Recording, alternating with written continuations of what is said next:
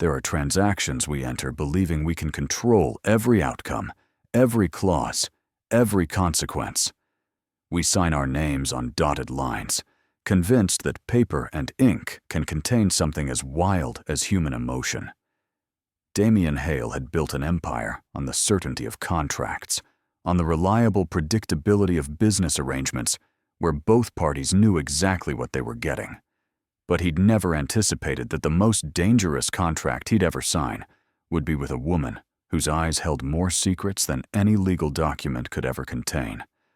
A woman who would walk into his carefully controlled life and set fire to everything he thought he understood about desire, about need, about the difference between what we want and what we're willing to admit we need.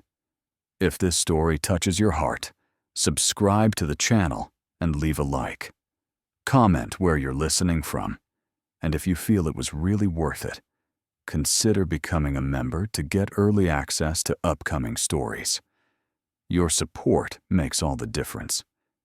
Damien's office occupied the 47th floor of the Hale Tower, a monument to glass and steel that cut through the Seattle skyline like a blade. Everything in this space was deliberate, from the imported Italian marble floors to the leather chairs that cost more than most people's monthly salary, from the abstract paintings whose value existed only in their scarcity to the floor-to-ceiling windows that offered a view so expansive it made the city below seem like something he owned. And in many ways, he did. At 34, Damien controlled a tech empire worth billions, commanded rooms with a single look, made decisions that affected thousands of lives. He was the man other men wanted to be, the face that graced magazine covers with headlines about youngest self-made billionaires, most eligible bachelors, the future of innovation. But none of those magazines ever asked about the cold that lived inside him, the kind of cold that didn't come from winter air, but from a heart that had learned too early that everything warm eventually dies. His younger sister Emma had been everything bright in his life. Where he was serious, she was laughter. Where he was calculated, she was spontaneous. She'd been the only person who could make him smile without trying, the only one who saw past the armor he'd built around himself since their parents died in the accident that left him, at 18, responsible for a 12-year-old girl with stars in her eyes and trust in her heart. He'd raised her while building his company, sacrificed sleep and relationships and any semblance of normal youth to give her everything she deserved. And she'd grown into something beautiful, kind, full of dreams about changing the world. Then cancer came, aggressive, merciless, stealing her in stages until the woman in the hospital bed barely resembled the sister who used to dance in the kitchen, making terrible pancakes. She died 3 months before her 25th birthday, and when she did, something in Damien died with her. Not the part that knew how to run a company or negotiate deals or command respect, the part that knew how to feel. He'd stood at her funeral in a suit that cost $5,000 and felt nothing but the absence of feeling, a void so complete it was almost peaceful. People offered condolences, touched his arm, said things about time healing, about her being in a better place, about how proud she must have been of him. He'd nodded, thanked them, kept his face carefully neutral, and then he'd gone back to work. Because work was predictable. Work was controllable. Work didn't ask him to feel things he no longer had access to. That was 2 years ago.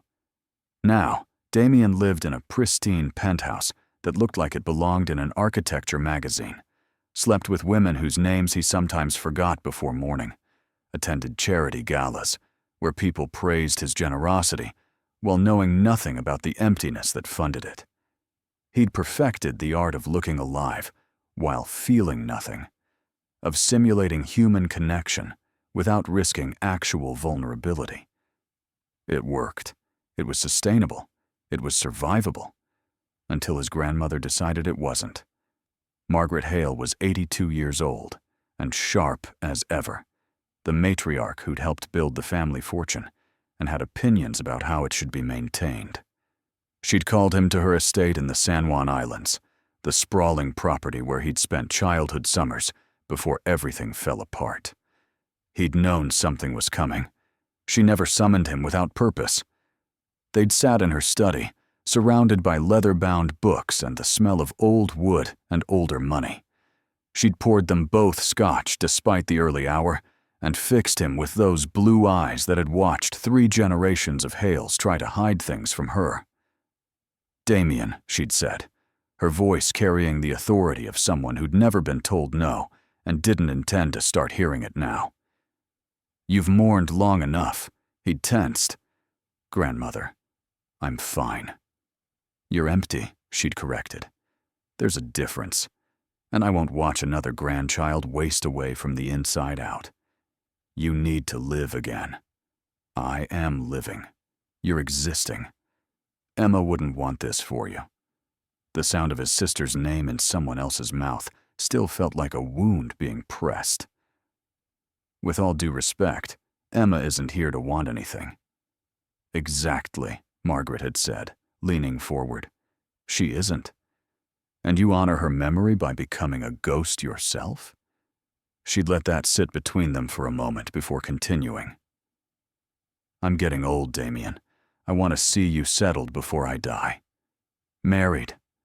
Building a life that means something beyond quarterly reports. You don't need to be married to build a meaningful life. Perhaps not. But you need connection. You need someone who'll force you to feel again. And since you're clearly incapable of finding that person yourself, I'm giving you motivation." She'd slid an envelope across the desk. Inside, legal documents, a trust amendment. "Your inheritance," she'd said calmly. $50 million and the San Juan estate, both of which will go to charity if you're not married within 6 months. He'd stared at her. "You can't be serious." "I'm quite serious. Marry someone you love. Marry someone you like. Marry someone you met yesterday for all I care. But marry someone. Show me you're still capable of letting another human being into that fortress you've built. This is manipulation. This is love," she'd corrected. "Sometimes they look the same." He'd argued, of course, threatened to contest it, to walk away from the money entirely. But they both knew he wouldn't. Not because he needed the 50 million. His own fortune dwarfed it. But because the San Juan estate was where Emma had been happiest, where she'd spent her last good summer before the diagnosis. He couldn't let it go to strangers. So here he sat, 2 weeks later, at his desk at 7 in the morning, staring at the contract his lawyers had drawn up. A marriage of convenience. 6 months minimum to satisfy his grandmother's requirements. A business arrangement with clear terms, defined boundaries, a start date and end date.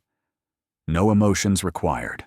Just a mutually beneficial transaction between 2 consenting adults who understood exactly what they were getting. He'd interviewed candidates, discreetly, of course. Women from appropriate families, women who moved in his circles, who understood how these things worked. But none of them felt right. They were too eager, or too ambitious, or too transparent in their calculation of what Mrs. Damien Hale could mean for their social standing. He needed someone different. Someone who needed him as much as he needed them, who'd have their own reasons for entering a temporary marriage. Someone whose desperation matched his own. The coffee shop was in Pike Place Market, tucked between a flower vendor whose bouquets exploded with color and a bookstore that smelled like old paper and possibility. Damien never came to places like this, places where tourists took photos and locals lingered over single cups for hours, where the noise was organic rather than curated, where the barista knew regulars by name and drink order. But his assistant had suggested it when he'd explained what he needed. a place where ordinary people gathered, where someone might be desperate enough to consider his offer, but sensible enough to honor its terms. He'd arrived early, claimed a corner table, and watched the door with the same focus he brought to board meetings. She arrived exactly on time. That was the first thing he noticed about her, the punctuality that spoke to someone who couldn't afford to waste opportunities. The second thing was how carefully she moved, as if she were conserving energy, as if every gesture required calculation. She was perhaps 26 or 27, with dark hair pulled into a simple ponytail and eyes that held a weariness no 20-something should carry. She wore jeans and a sweater that had seen better days, carried a bag that was worn at the edges, moved with the quiet grace of someone used to making themselves small in the world. But there was something in her face, a delicate bone structure that suggested she'd been striking once, before whatever weight she carried had pressed the vitality out of her. "Mr. Hale?" Her voice was soft but steady. He stood, offered his hand. "Please, call me Damien." "And you're Clara Reeves?" She nodded, shaking his hand briefly before sitting. Her fingers were cold. "Thank you for meeting me. I wasn't sure you'd actually show up." "I need the money," she said simply. "No games, no pretense." Your assistant explained the arrangement. 6 months as your wife. Public appearances as needed. Separate bedrooms. $100,000 upon completion of the contract. He appreciated the directness. "That's correct. Plus living expenses for the duration. You'd move into my penthouse immediately. We'd need to make it convincing to my family and social circle. Some affection in public, coordination of schedules, joint attendance at events. But in private, complete autonomy." She studied him for a long moment. Her eyes were gray, he realized, the color of Seattle skies in winter. "Why me?" she asked. "You could hire an actress, someone from your world who understands these arrangements." "I need someone real," he said. "Someone with their own reasons for being here, who won't develop expectations beyond what's in the contract. And you seem like someone who understands the value of a business transaction." She almost smiled at that. It was a tired expression. "I understand necessity. May I ask what yours is? $100,000 is life-changing money for most people, but you're offering it for 6 months of pretending. What are you buying?" "Freedom from my grandmother's matchmaking," he said, which was partly true. "She's made my inheritance contingent on marriage. I need a wife. You need money. It's mutually beneficial." Clara was quiet for a moment, her fingers tracing the rim of her untouched coffee cup. "What happens if one of us wants out early?" "There's a penalty clause," he said, pulling out the contract. "If either party breaks the agreement before 6 months without cause, the other party receives compensation. You'd forfeit the payment. I'd forfeit double. And if I meet someone during these 6 months, if I fall in love and want to pursue it, then you honor the contract's duration and pursue it afterward," Damien said. 6 months isn't forever." She looked at the papers he'd slid across the table, thick legal documents full of clauses and contingencies. Her hand trembled slightly as she reached for them. "Do you have questions?" he asked. "Many," she said quietly. "But I'm not sure any of them matter. I need to get my mother into treatment. She has stage 3 kidney disease. She's been on the transplant list for 18 months. But without the funds for a private facility, she's looking at years of dialysis that's destroying what's left of her health. $100,000 means she lives. So yes, Mr. Hale, I'll sign your contract. I'll be your fake wife. I'll smile at your events and sleep in your spare bedroom and pretend we're something we're not. Because the alternative is watching my mother die, and I've already lost my father. I won't lose her, too." The words came out matter-of-fact, but Damien heard the desperation underneath. The same desperation that had driven him here. The need to protect something, to control an outcome, to use money and contracts to hold back the chaos of loss. "I'm sorry about your mother," he said, and meant it. "Thank you." She picked up the pen he offered. "Where do I sign?" He showed her, watching as she read each page with careful attention, despite her stated urgency. She wasn't stupid, this Clara Reeves. She was thorough, asking occasional clarifying questions, noting sections that would require her to attend specific events to maintain certain appearances. When she reached the intimacy clause, she paused. "This says the marriage will be in name only. Separate bedrooms, no expectation of physical relationship." That's correct, but we have to make it believable. Some public affection, hand-holding, perhaps a kiss or two for appearances. Nothing more. She nodded slowly. "And if that changes?" "It won't," Damien said firmly. "I'm not interested in complicating this arrangement with sex. This is business." She met his eyes then, and for a moment, he saw something flicker in that gray gaze, something that might have been relief or might have been disappointment. He couldn't tell. "All right," she said finally. "Business." She signed. Her signature was small, neat, the handwriting of someone who'd been taught careful penmanship. He signed below hers, and just like that, they were engaged. She stared at the papers for a moment after he'd collected them. "When do we start?" "Tonight," he said. "I'm having an engagement party at my penthouse tomorrow evening. My grandmother will be there, some close family friends. We need to establish our story, make sure we're consistent. Can you be moved in by then?" Clara laughed, a short, brittle sound. "Mr. Hale, I can fit my entire life into 2 suitcases. Moving in won't be a problem." Damien felt something uncomfortable twist in his chest, something that might have been guilt if he still had access to that emotion. He pushed it aside. "I'll send a car for you this afternoon. Text me your address." "And Clara," she looked up, "thank you for doing this." She stood, slinging her worn bag over her shoulder. "Thank you for the money. Let's both hope it's enough to buy what we need." She left without drinking her coffee.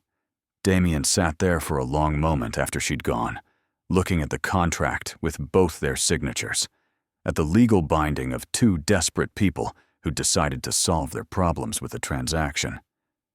His assistant had done well. Clara Reeves was perfect for this. Desperate enough to commit, but dignified enough to carry it off. She'd fulfill her obligations, take her money, and disappear back into whatever life she'd come from. Clean, simple, controllable. He ignored the voice that whispered it was never that simple, that contracts couldn't contain everything, that the most dangerous agreements were the ones where both parties believed they had nothing left to lose. By the time he left the coffee shop, the rain had started. Typical Seattle weather, the kind that seeped into everything, that made the city feel like it was underwater. He walked back to his office through the gray drizzle, past tourists huddled under inadequate umbrellas, and locals who'd long since stopped caring about getting wet. Somewhere in this city, Clara Reeves was packing 2 suitcases with her entire life, preparing to move into a world she didn't belong to play a role she'd never auditioned for. He wondered what she was thinking. If she was afraid? If she understood what she'd just agreed to? If she had any idea that sometimes the most binding contracts were the ones we made with ourselves about what we were and weren't capable of feeling? Then he reached his building, stepped into the elevator that would carry him back to his temperature-controlled office, with its view of everything and its feeling of nothing, and stopped wondering. This was business, nothing more. The penthouse occupied the entire top floor of a building in downtown Seattle, the kind of space that appeared in luxury magazines, with captions about architectural innovation and urban sophistication.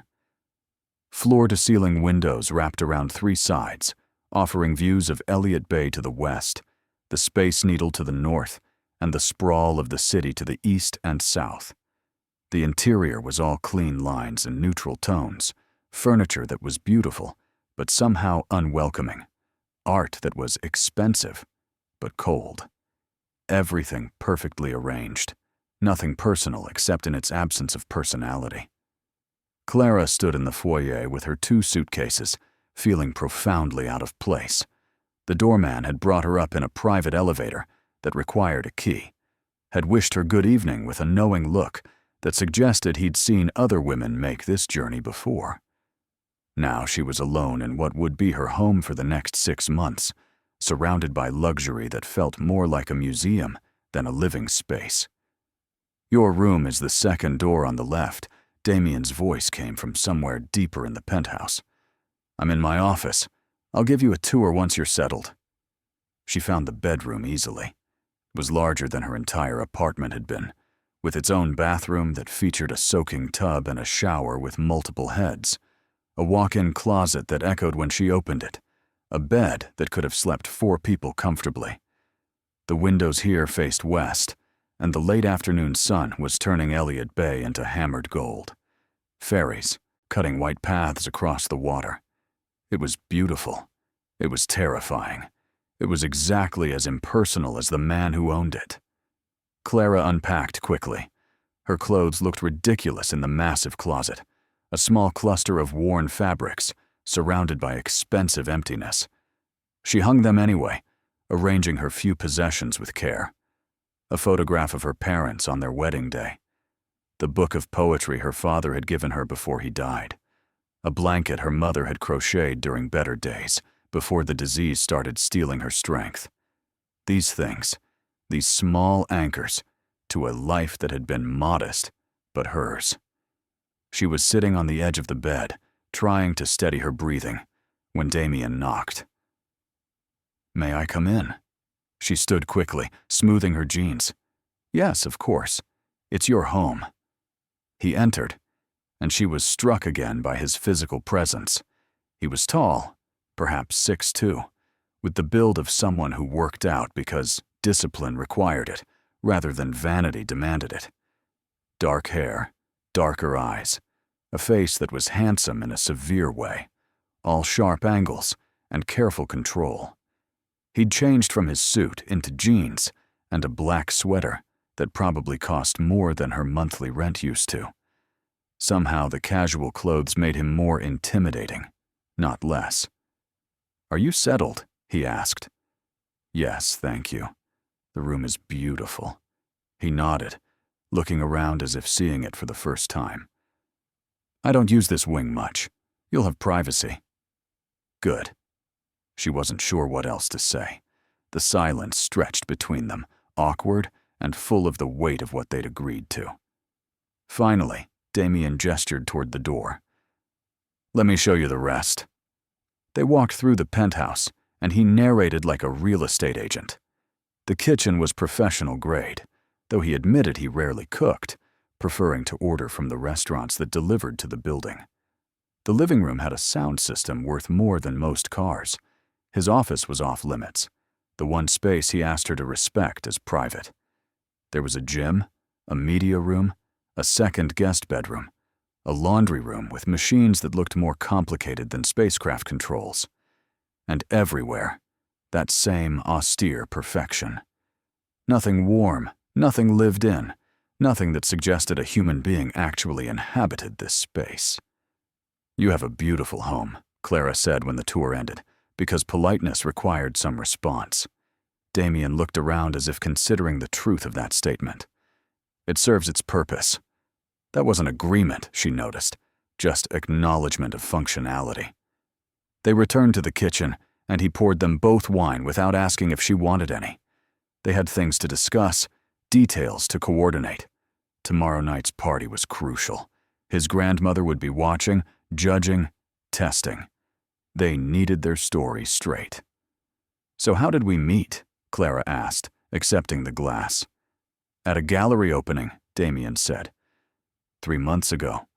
You were there with a friend. I was there for a business contact. We started talking about the paintings. You said something that made me laugh. I asked for your number. It was impulsive for me. which made it memorable. Clara sipped her wine. It was excellent, the kind that tasted like it cost more than her weekly grocery budget. And then? Then I pursued you, he continued.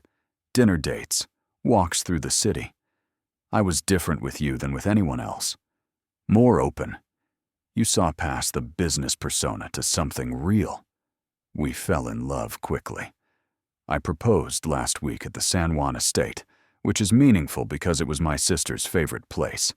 He said it all matter-of-factly, as if emotion could be scripted, as if love could be reduced to a timeline and strategic details. Clara supposed for him, it could. Your sister, she said carefully. Your assistant mentioned you'd lost her. I'm sorry. Damien's expression didn't change, but something shifted in his eyes. Something that closed rather than opened. She died 2 years ago. Cancer. Emma, Clara said quietly, remembering. Your assistant told me her name. You don't have to talk about her if you don't want to. I may have to, he said. Tomorrow night. People will expect me to mention her when explaining why marriage matters to me now, why you're special. It's part of the narrative. That word again. Narrative. As if their fictional relationship was a story being written rather than a life being lived. Clara set down her wine glass. What should I know about you that a fiancé would know?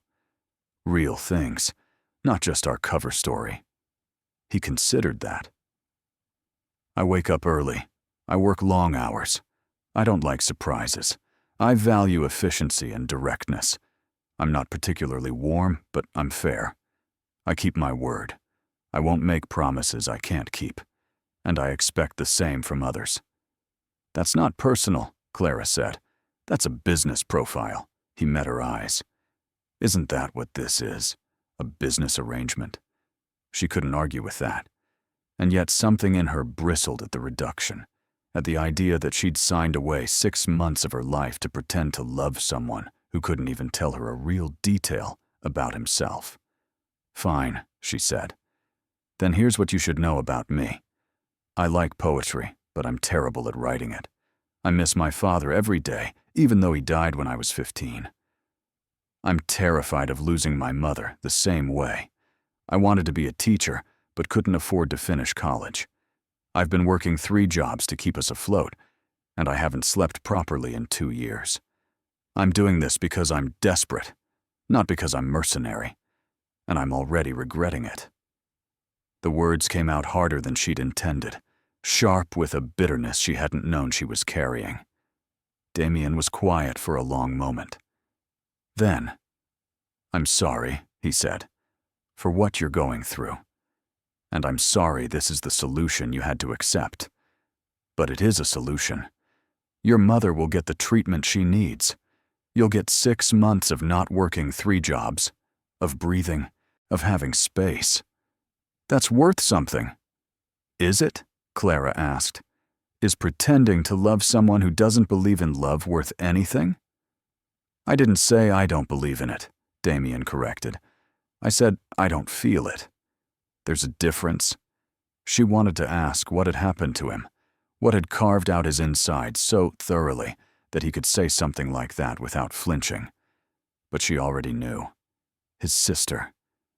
The loss that had been so complete it had taken his capacity for feeling with it. She recognized it because she'd seen the same thing in her mother's eyes after her father died. That look of someone still breathing, but no longer living. I should finish unpacking, she said instead. We have an early morning tomorrow. He nodded. The seamstress is coming at 9. I've arranged for a stylist to select appropriate clothing for you, for the party and for the next 6 months. You'll need to look the part. Of course, the part, the role, the performance. What time is the party? 7. Close friends and family only, about 30 people. Keep it simple, remember our story, and let me handle any difficult questions. His grandmother, Clara guessed, among others. She'll be skeptical. She should be. This is exactly the kind of solution she was trying to prevent me from finding. A marriage of convenience rather than love. But she can't prove it's not real. Not if we're convincing enough. And are we? Clara asked. Convincing enough? Damien looked at her, really looked at her, for the first time since she'd arrived. His gaze traveled over her face, her posture, the way she held herself separate and uncertain in this unfamiliar space. We'll have to be, he said finally. Too much is riding on it. Then he left, disappearing into his office and closing the door with a soft click that somehow felt final. Clara stood alone in the massive kitchen with her half-drunk wine, looking out at the city lights beginning to glow as dusk settled over Seattle. In 24 hours, she'd be standing in this same space, wearing expensive clothes she didn't own, pretending to love a man she'd just met, performing a fiction for people who had everything she'd ever wanted and couldn't possibly understand what desperation felt like. She thought about calling her mother, about hearing her voice, about the relief that would come from knowing the treatment was secured. But it was late, and her mother would be resting. And besides, how could she explain this? How could she say she'd sold 6 months of her life to a stranger? That she'd become a bought woman, a pretty fiction, a contractual obligation? The wine sat bitter on her tongue. She poured it down the sink, rinsed the glass, and returned to her beautiful empty bedroom with its view of water and sky and all the distance between who she'd been this morning and who she was pretending to be now. The seamstress arrived precisely at 9, followed by a stylist and her assistant, carrying garment bags and shoe boxes. Clara stood in, the living room feeling like a doll being prepared for display as they measured and draped and discussed her like she wasn't there. She needs something elegant but not too formal, the stylist was saying. Something that says old money but approachable. Sophisticated but not intimidating. We want her to look like she belongs in his world while still maintaining her own identity. Clara wondered what identity that was supposed to be. Right now, she felt like nothing at all. They settled on a dress in deep emerald silk, fitted but not tight, with a neckline that was modest while still being elegant. Simple jewelry, her hair styled in soft waves, makeup that enhanced rather than transformed. When they were done, Clara looked in the mirror and saw someone else. Someone who could belong in Damien Hale's world. Someone who looked expensive. The woman in the reflection was beautiful in a way Clara hadn't seen herself in years. Not since before her father died, before the weight of responsibility had pressed all the softness out of her. "You clean up nicely," Damien said from the doorway. She turned and saw him in a suit that probably cost more than the entire outfit they'd just assembled for her. He looked like he always did, perfectly controlled, handsome in that severe way, giving away nothing. "Thank you," she said. "I feel like I'm playing dress-up. You'll get used to it." Will I? She wasn't sure she wanted to. The hours before the party crept by with agonizing slowness. Clara tried to read, but couldn't focus. Tried to rest, but was too anxious. Finally, she stood at her window, watching the ferries cross the bay, thinking about her mother in that small apartment, about the phone call she'd made that morning to explain she'd be staying with a friend for a while, helping with a project. Nothing to worry about. The lies came easier than she'd expected. At 6:30, Damien knocked on her door. "It's time." She took a breath, smoothed her dress, and stepped out. He was waiting in the hallway, and when he saw her, something flickered across his face. Surprise, maybe, or appreciation. It was gone too quickly to name. "You look beautiful," he said. "Thank you. You look exactly like yourself." He almost smiled. "Is that a compliment?" "I'm not sure yet." This time he did smile, small and brief but real. Clara felt something shift in her chest, a tiny crack in the wall she'd built between them, She pushed it down. This was business. Nothing more. "Before we go out there," he said, holding out his hand, "we should practice." "Practice what?" "Being engaged, being comfortable with each other. Right now, we look like strangers." His hand stayed extended between them. Clara looked at it, at the long fingers, and the watch that probably cost more than her mother's medical bills.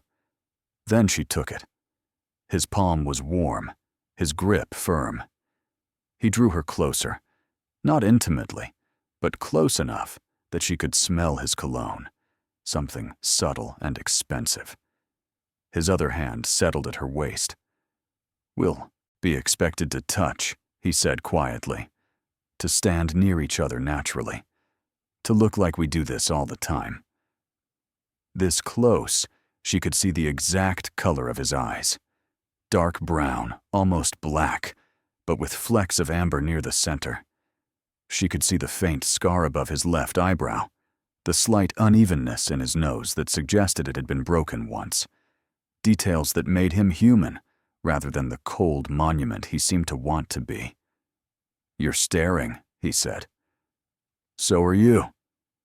Fair point. He was quiet for a moment, his hand steady at her waist. Then, "Are you ready for this?" "No." His lips quirked. "Honest. I appreciate that." The doorbell rang. First arrivals. Damien's hand tightened slightly at her waist, then released. He kept hold of her hand, though, threading his fingers through hers. "This way." The next 3 hours were a blur of faces and names, and careful performance. Damien's grandmother arrived first, Margaret Hale, regal and sharp-eyed, dressed in pearls and judgment. She embraced Damien with genuine affection, then turned to Clara with an assessing gaze that felt like being weighed and measured. "So you're the woman who's accomplished what dozens have failed to do," she said. "You've captured my grandson's heart." Clara felt Damien tense beside her. "She's being modest," he said, his arm sliding around Clara's waist, in a gesture that looked natural, but felt carefully calculated. "I'm the one who did the pursuing. Clara just had the wisdom to say yes." Margaret's eyes moved between them, sharp and knowing. "How did you two meet?" "At a gallery opening," Clara said, remembering their script. "I made a comment about one of the paintings that apparently made him laugh." "Really?" Margaret looked at Damien. "You laughed?" "He has an excellent laugh," Clara continued, warming to the fiction. "He just doesn't use it enough. I've been trying to change that." "Ambitious," Margaret said, but there was a hint of approval in her tone. "He hasn't laughed genuinely since Emma died. If you can make him remember how, you're already doing more than I'd hoped."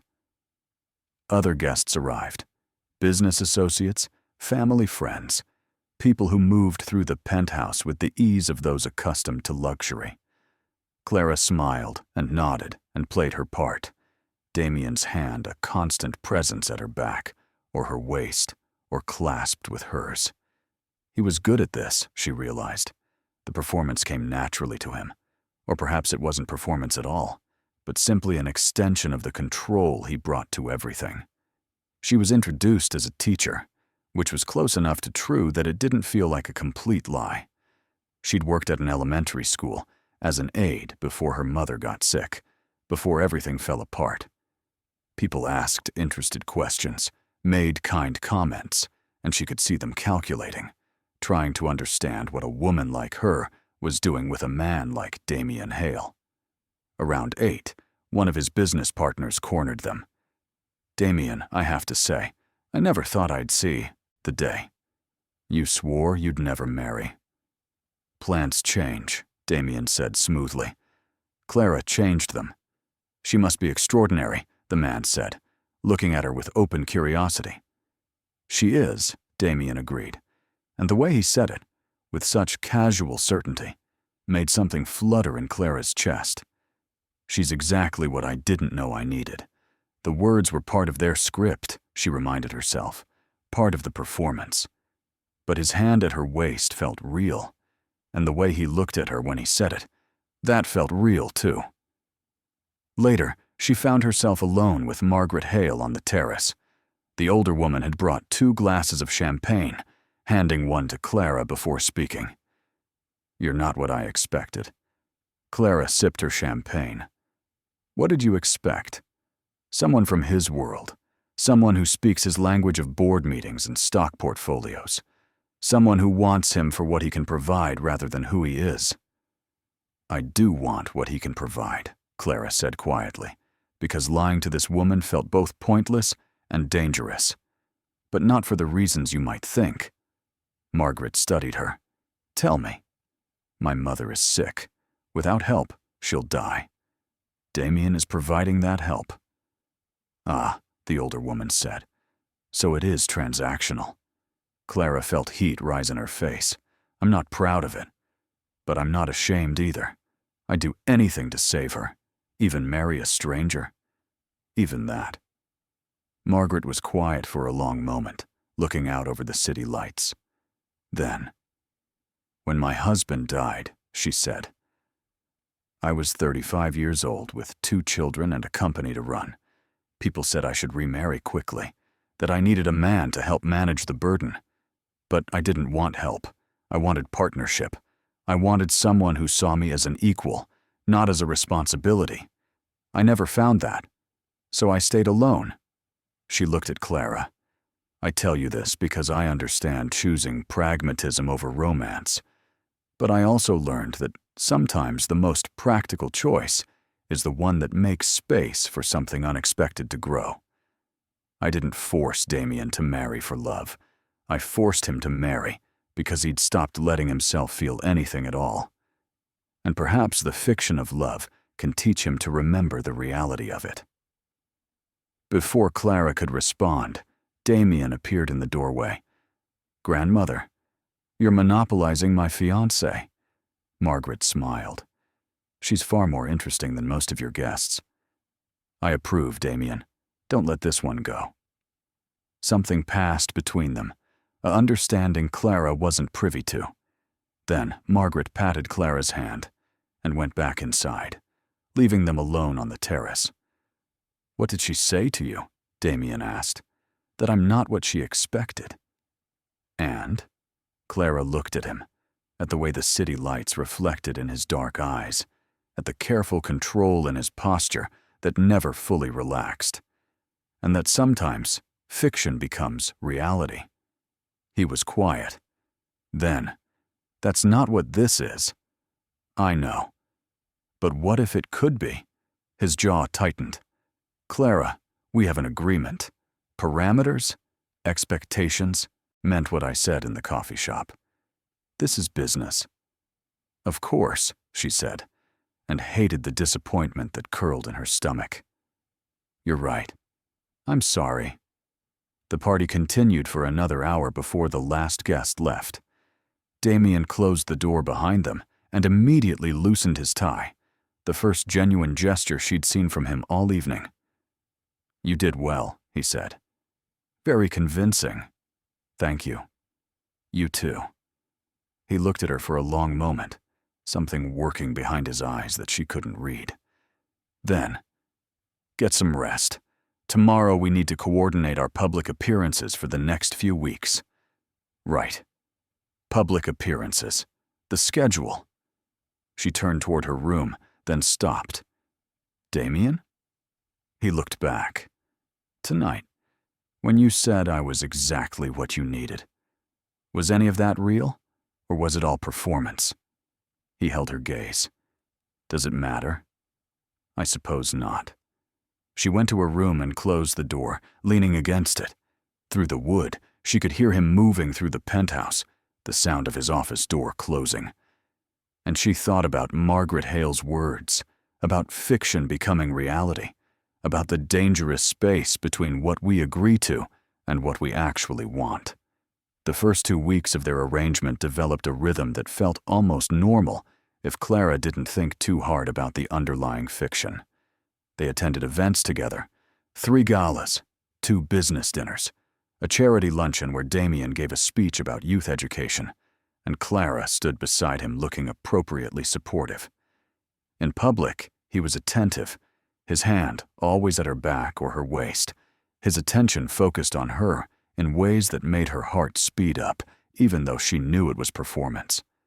In private, they orbited around each other like planets in careful trajectories, never colliding, maintaining the distance that kept them safe. Damien left for work before she woke, returned late. They'd have dinner together sometimes, conversations that stayed surface level and appropriate, discussions about upcoming events or coordinating schedules or safe topics that didn't require vulnerability. Then they'd retreat to opposite ends of the penthouse, him to his office, her to her room, with its view of the bay and its persistent feeling of loneliness. Her mother's treatment had begun. Clara visited her twice a week at the private facility Damien's money had secured, saw the color returning to her cheeks, heard the hope returning to her voice. The doctors were optimistic. They'd found a potential kidney match. Surgery could happen within months rather than years. It was working. The transaction was delivering its promised outcome. So why did Clara feel increasingly empty? She spent her days reading in the penthouse, walking through Pike Place Market, visiting the Seattle Art Museum where she and Damien had supposedly met. She had time now, luxury she hadn't experienced in years, and it felt strange, unearned. She'd been in survival mode for so long that the absence of crisis left her unmoored. In the third week, things shifted. It started small. She'd been reading in the living room when Damien came home early, finding her curled on the sofa with a book of Mary Oliver poems. "What are you reading?" he asked, loosening his tie. She showed him. "Poetry? I didn't take you for a poetry person. You didn't take me for anything," she said. "We don't really know each other." Fair point. He moved into the kitchen, returning with a bottle of wine and 2 glasses. "May I join you?" She was surprised, but nodded. He sat on the other end of the sofa, poured them both wine, and for a moment, they just sat in the comfortable silence of the city lights, beginning to glow beyond the windows. "Read something to me," he said. "What?" "From the book. Read me a poem." Clara blinked. "Why?" "Because I can't remember the last time anyone read poetry to me. Because you're right that we don't know each other. And because I'm curious what moves you." She found a page, cleared her throat. The Summer Day by Mary Oliver. She read about grasshoppers and idleness, about attention and blessings, about the question that closed the poem. "Tell me, what is it you plan to do with your one wild and precious life?" When she finished, Damien was quiet. Then, "Emma used to love poetry. She'd read it all the time, drive me crazy with it. She'd insist meaning was everywhere if we just paid attention. I thought it was impractical. It was the first time he'd mentioned his sister without prompting." Clara set the book down carefully. What would she think of this? Of us? He took a drink of wine. She'd hate it. She'd tell me I was being a coward, hiding behind contracts and arrangements instead of actually living. She'd probably like you, though. She always preferred people who were real over people who were polished. "I'm not that real," Clara said. "I'm here pretending just like you are." "But you're honest about it. That counts for something." They talked that night longer than they ever had. About Emma, about her battle with cancer, about how Damien had watched her slip away and felt powerless for the first time in his life. About Clara's father, about how he'd died in a construction accident when she was 15, how her mother had never quite recovered, how Clara had spent a decade trying to hold together what loss had broken apart. It wasn't therapy. It wasn't deep revelation. But it was real. And when Clara finally went to bed after midnight, she felt like she'd glimpsed the person underneath Damien's careful control. A person who hurt, who missed his sister, who'd taught himself not to feel because feeling meant facing all he'd lost. The next evening, he asked if she wanted to watch a movie. The evening after that, he cooked dinner, a surprisingly competent pasta dish that he claimed Emma had taught him. Small gestures, small openings, the fortress developing cracks. On Friday of the third week, they had an event at the Seattle Symphony. Damien was on the board, and they were unveiling a new education program he'd funded. Clara wore midnight blue silk, and when Damien saw her, he stopped. Just stopped and stared. "What?" she asked, suddenly self-conscious. "Nothing. You look stunning. Just not used to seeing you like this." "Like what?" "Like someone who belongs in my world." "I don't," she reminded him. "I'm just visiting." He was quiet, then offered his arm. "Still." "You look beautiful." The symphony was exquisite. Clara had never heard live orchestral music before, and the experience was overwhelming. The way the sound filled the space, vibrating in her chest, making her skin prickle with sensation.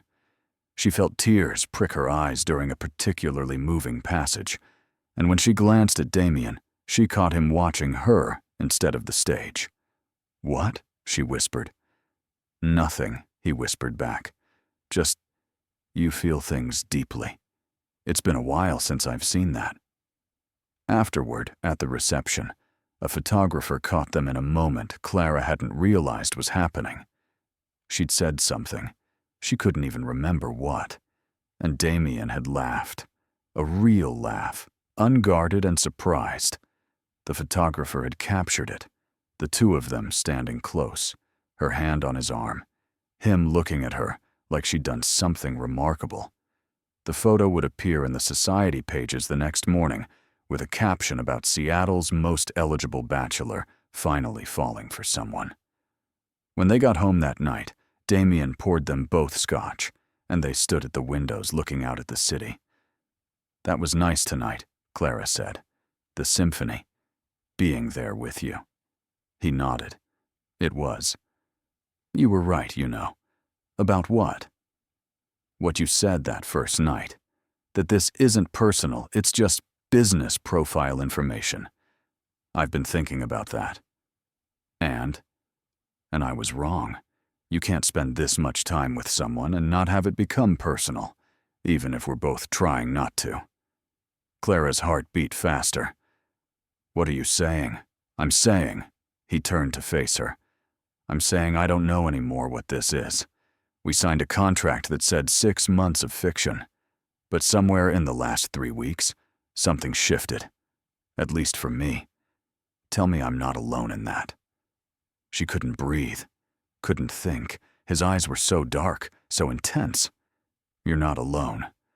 The space between them felt charged, dangerous. She could see him fighting something, see the war between what he wanted and what he'd promised himself he wouldn't want. Then he stepped back. "I should let you get some rest. We have brunch with my grandmother tomorrow." "Damien." "I can't," he said, and his voice was rough. "I can't do this. We have an agreement, clear boundaries. If we cross them, everything becomes complicated. Maybe complicated would be better than this. This distance, this pretending." Then what? He wouldn't meet her eyes. Then feeling something real. He left her standing there, disappeared into his office, and Clara went to her room, wondering how they'd gone from strangers to something she couldn't name, wondering what happened when fiction started feeling more honest than the truth they'd agreed to live. That night, she couldn't sleep. Around 2, she got up for water and found Damien in the kitchen. Same idea. They stood on opposite sides of the counter, 2 people living in the same space, but afraid to occupy it together. "I can't stop thinking about you," he said finally. Quiet and raw. "Every room you're in becomes the only room I want to be in. Every moment you're not here feels like absence. And I don't know what to do with that, because I promised myself after Emma that I wouldn't let myself need anyone again. And I'm terrified that I need you." Clara's throat was tight. "I'm terrified too. Of this. Of you. Of what happens in 5 more months when this ends. Who says it has to end? The contract says. The agreement. The terms we both signed. Those are just words, Clara. We're real. This is real. He moved around the counter, stopped just inches from her. Tell me you don't feel this. Tell me it's still just business to you. She couldn't. She wanted to protect herself, protect him, keep everything contained and safe. But she couldn't lie. I feel it, she whispered. God help me. I feel it. His hand came up, cupped her face. For 3 weeks I've watched you read and laugh and cry at symphonies and visit your mother and exist in my space like light in a place I thought was permanently dark. You've made me remember what it feels like to want something beyond the next deal, the next acquisition. You've made me want to be someone worth knowing. You are worth knowing. I'm not, he said.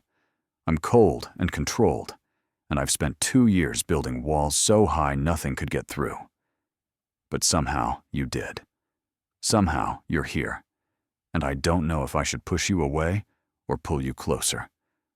What do you want to do? He asked, his thumb stroking her cheekbone. Right now, in this moment, what do you want?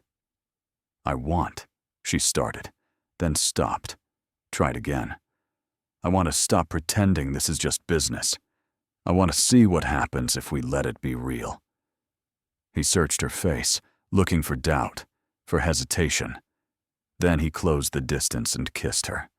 It was gentle at first, questioning, giving her space to pull back.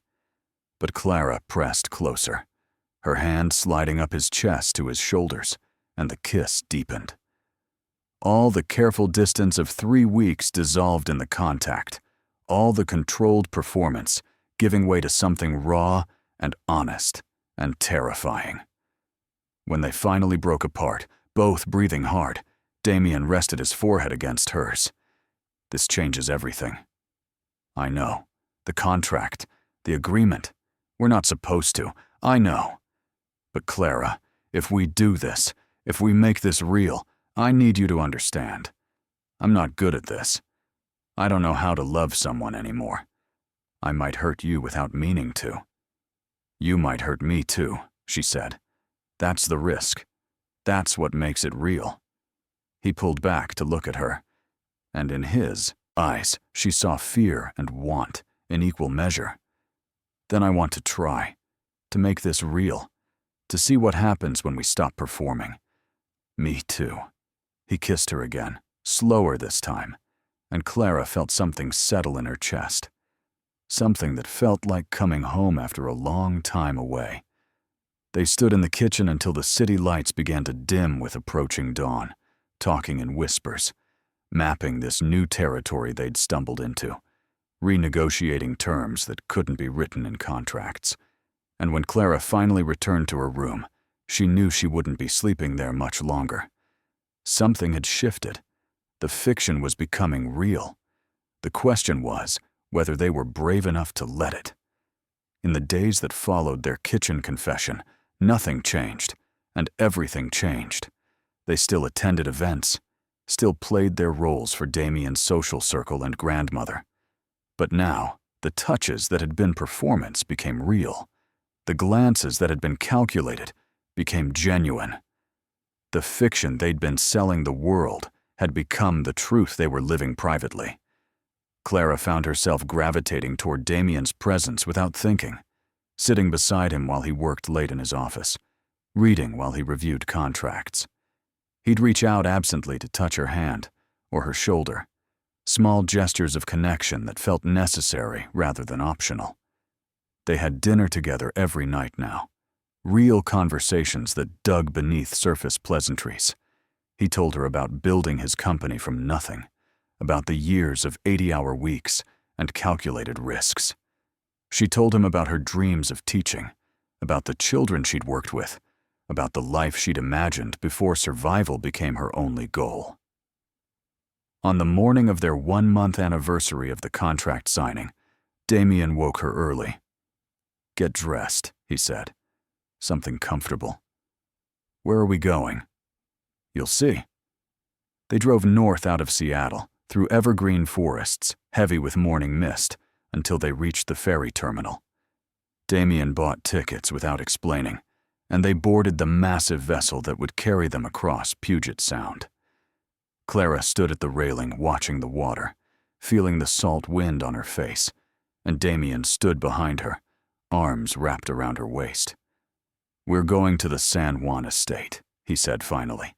"I want you to see it. The place Emma loved, the place where this all started." The island emerged from the mist like something from a dream, all rocky beaches and towering pines. The estate sat on a cliff overlooking the water, a sprawling structure of wood and stone that felt both grand and somehow welcoming, unlike the cold perfection of the penthouse. It was beautiful, wild in a way the city couldn't be. "This is incredible," Clara breathed as they pulled up the long driveway. "Emma used to say it was the only place she could breathe," Damien said quietly. "When she got sick, we'd come here between treatments. She'd sit on the deck for hours watching the water, saying she was storing up beauty for when things got harder." His voice caught slightly. "I haven't been back since the funeral." Clara took his hand. "Thank you for bringing me." They spent the day exploring. Damien showed her Emma's favorite spots, the rock outcropping where she'd watch for orcas, the garden she'd planted with native flowers, the room she'd claimed as her studio, where watercolors still sat on the easel, unfinished. He talked about her in a way he hadn't before, not just about her death, but about her life, her terrible sense of humor, her obsession with marine biology, the way she could make friends with anyone in 5 minutes. "She sounds amazing," Clara said. "She was," Damien agreed. "She would have liked you. She would have seen through our arrangement immediately and given me hell for it. And then she would have told you that you deserve better than a fake marriage to someone emotionally unavailable." "Maybe," Clara said. "But I'm starting to think I got exactly what I needed." They were in Emma's studio, late afternoon light streaming through the windows. Damien turned to look at her. "What do you mean?" "I mean," she said carefully, "that I came into this thinking I was sacrificing something, trading 6 months of my life for my mother's health. But these last few weeks, I've felt more alive than I have in years. Like I'm finally able to breathe too. Because you're not working 3 jobs anymore. Not just that." Clara moved closer. "Because of you. Because of this. Because somewhere between the contract and now, I stopped pretending." His hand came up to cup her face. "I don't know how to do this, Clara. How to let someone in. How to risk losing someone again. Then we'll figure it out together." She kissed him, and he responded with a hunger that had been building for weeks, pulling her close, his hand sliding into her hair. The kiss deepened, grew more urgent, and Clara felt heat bloom through her entire body. They'd kissed before, quick gestures in public, slow explorations in the privacy of the penthouse, but this was different. This carried want and need, and the weight of everything unspoken between them. Damien pulled back slightly, breathing hard. "Clara, if we—" He stopped, tried again. "I need you to be sure." "About what?" "About this. About us. About taking this further. Because once we cross that line, I don't know if I can go back to pretending there's nothing between us." "I don't want to go back," she said. "I want to go forward." He searched her face, looking for doubt. Then he took her hand and led her upstairs to the master bedroom. It was beautiful, all windows and light, with a view of the water that stretched to the horizon.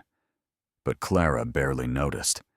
She was focused on Damien, on the way he looked at her, on the careful control that was finally cracking. "Are you sure?" he asked one more time. "I'm sure." He kissed her again, slower now, but no less intense. His hands found the hem of her shirt, and she raised her arms to let him remove it. Cool air hit her skin, and she shivered, but not from cold. From anticipation, from want, from the terrifying vulnerability of letting someone see her like this. "You're beautiful," Damien said, his voice rough. Clara felt heat rise in her face. She'd never been particularly confident about her body, had spent recent years too focused on survival to think much about desire. But the way he looked at her made her feel beautiful, seen, wanted. She reached for his shirt, fumbling slightly with the buttons. He helped her, shrugging it off, and she pressed her hands to his chest, feeling the warmth of his skin, the steady beat of his heart. They undressed slowly, each article of clothing a small surrender, each moment of exposed skin a new vulnerability. When they were finally bare to each other, Damien guided her to the bed, his touch reverent, almost worshipful. "I need to tell you something," Clara said as he settled beside her. Damien paused. "What is it?" She took a breath, feeling her face burn. "I haven't. I've never." She couldn't get the words out. His eyes widened slightly as understanding dawned. "You're a virgin." She nodded, embarrassed. Is that a problem?" "No," he said immediately. "No, Clara, of course not.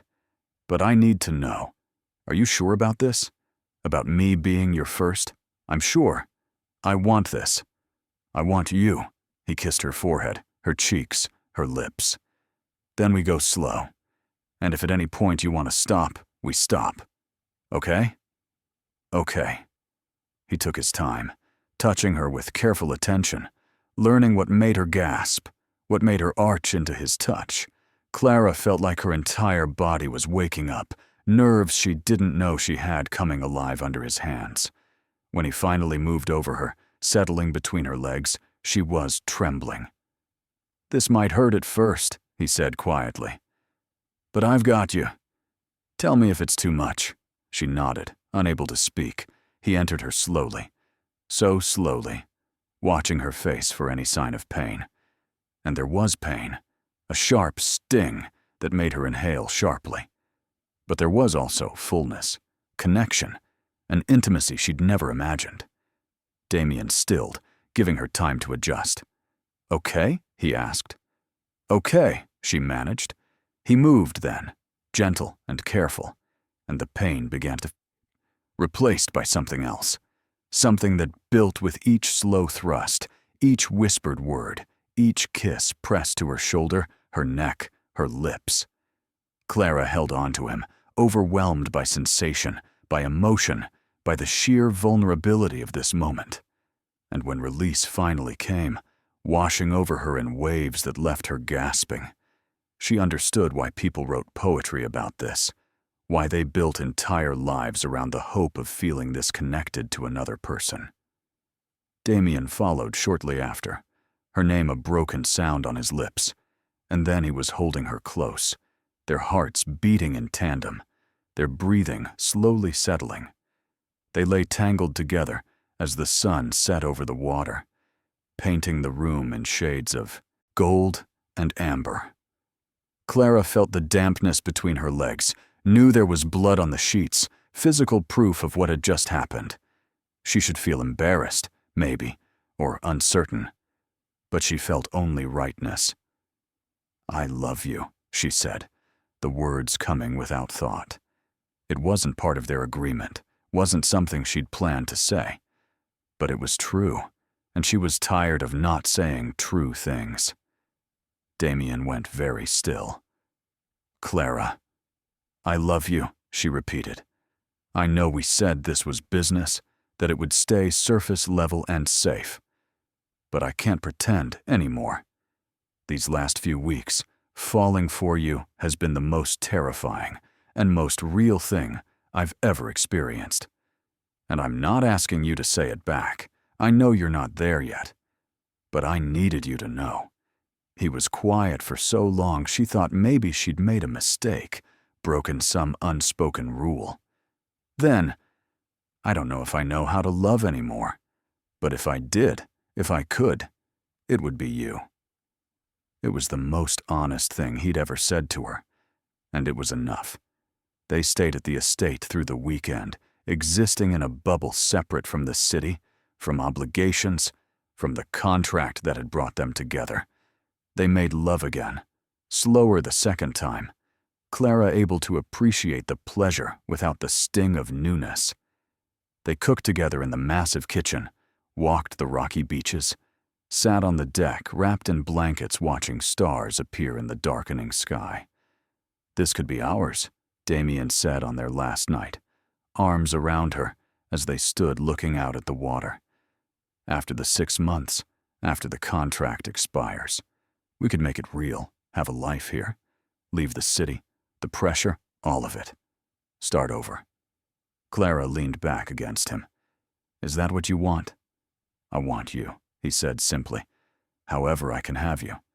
The contract, no contract. Married, not married. I don't care about the terms anymore. I just don't want to lose you." "Then you won't," she promised, even though she knew it was a promise no one could truly keep, knew that loss was always possible, that every connection carried the risk of eventual separation. But maybe that was what made it precious, the knowledge that nothing lasted forever, so every moment mattered. They returned to Seattle changed. The penthouse that had felt like a cold museum now felt like home, spaces they occupied together rather than orbited around separately. Clara moved her things into Damien's room without discussion, the separate bedroom becoming unnecessary. They woke, tangled together, shared morning coffee, fell into domestic rhythms that felt startlingly natural. Clara continued visiting her mother twice a week, and now Damien came with her sometimes. Margaret Reeves adored him immediately, despite Clara's careful avoidance of explaining exactly how they'd met. Her mother was getting stronger. The treatment was working. Doctors were confident about the transplant surgery scheduled for 2 months out. Everything was falling into place. Everything except the contract. It sat in Damien's office, a physical reminder that what felt permanent had an expiration date. 5 more months. Then Clara would receive her $100,000. They'd file for a quiet divorce, and the arrangement would end. Except, neither of them wanted that anymore. "We should talk about it," Clara said one evening. They were making dinner together, a routine they'd developed. She was chopping vegetables while he handled the pasta.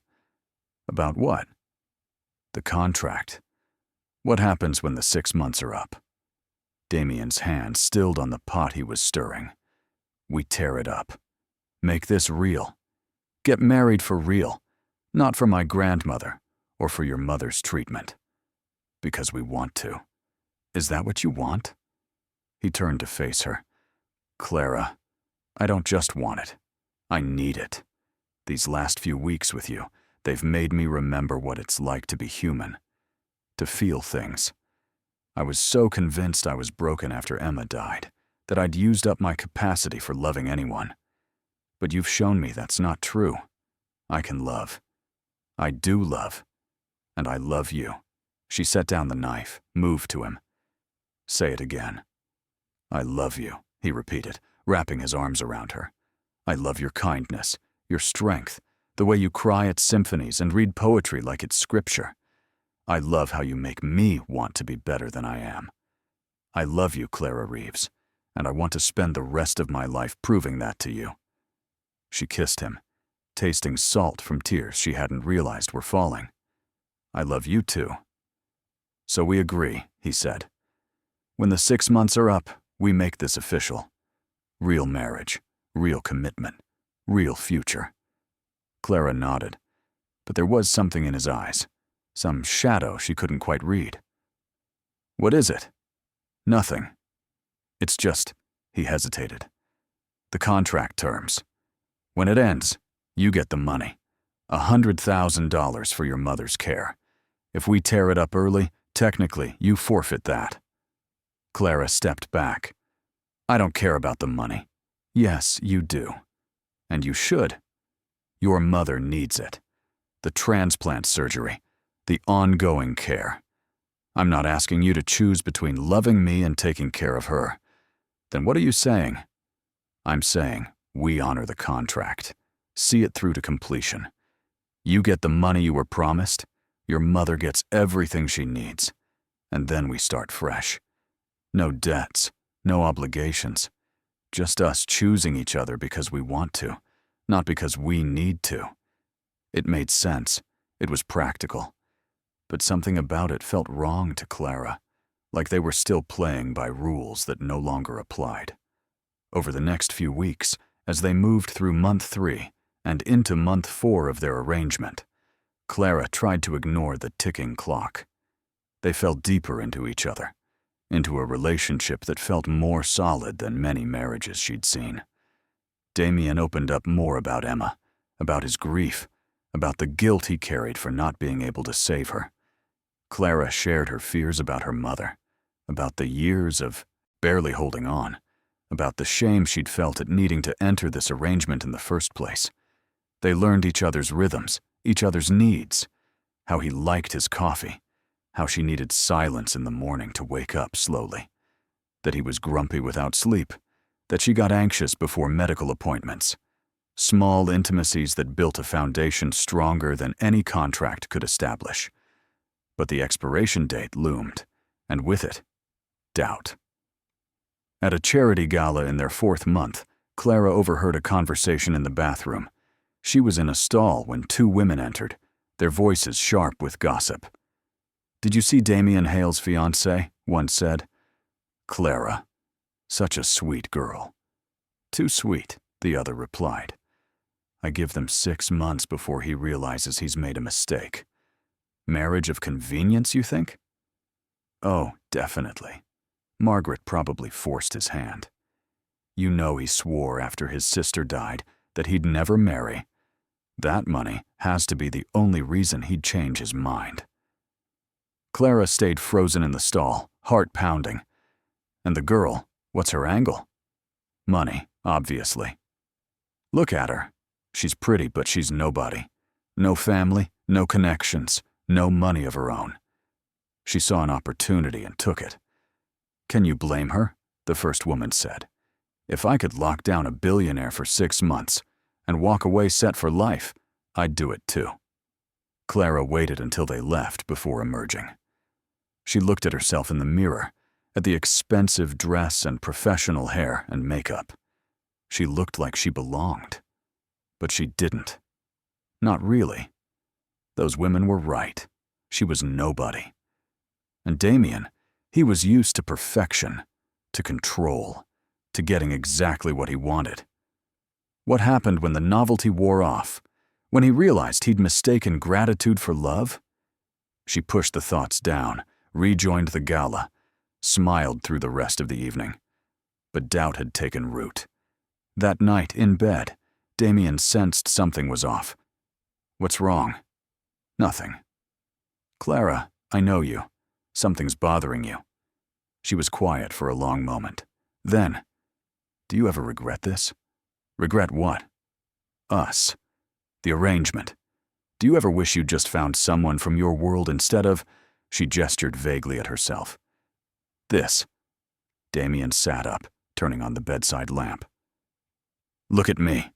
She did, reluctantly. "I have never regretted you," he said fiercely. "Not for 1 second. You're not something I settled for, Clara.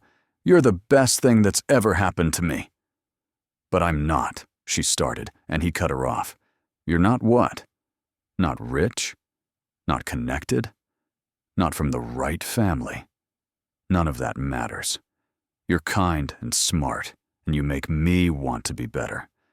You've brought light into a life I thought was permanently dark. You're everything, Clara.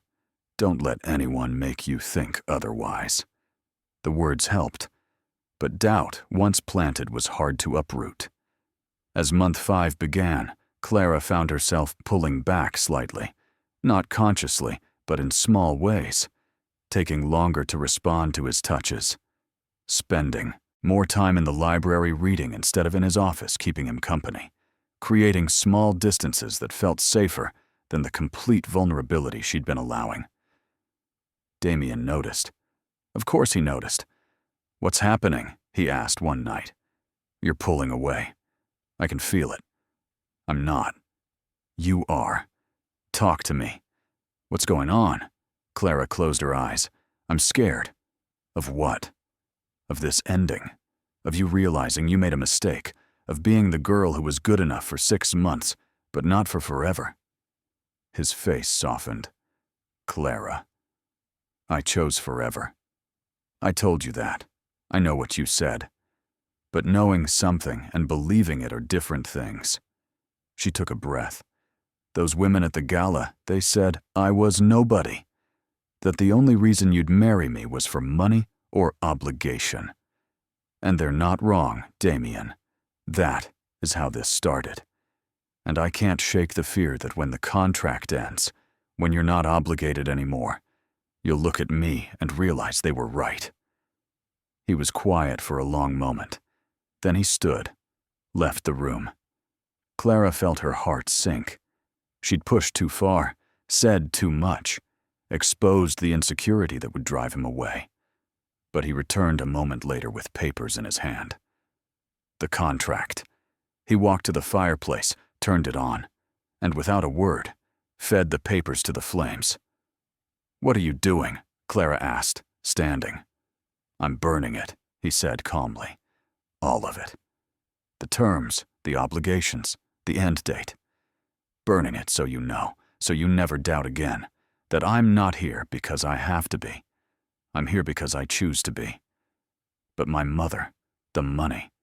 I'll give you the money anyway. Tonight. Tomorrow." It was never about that for me, Clara.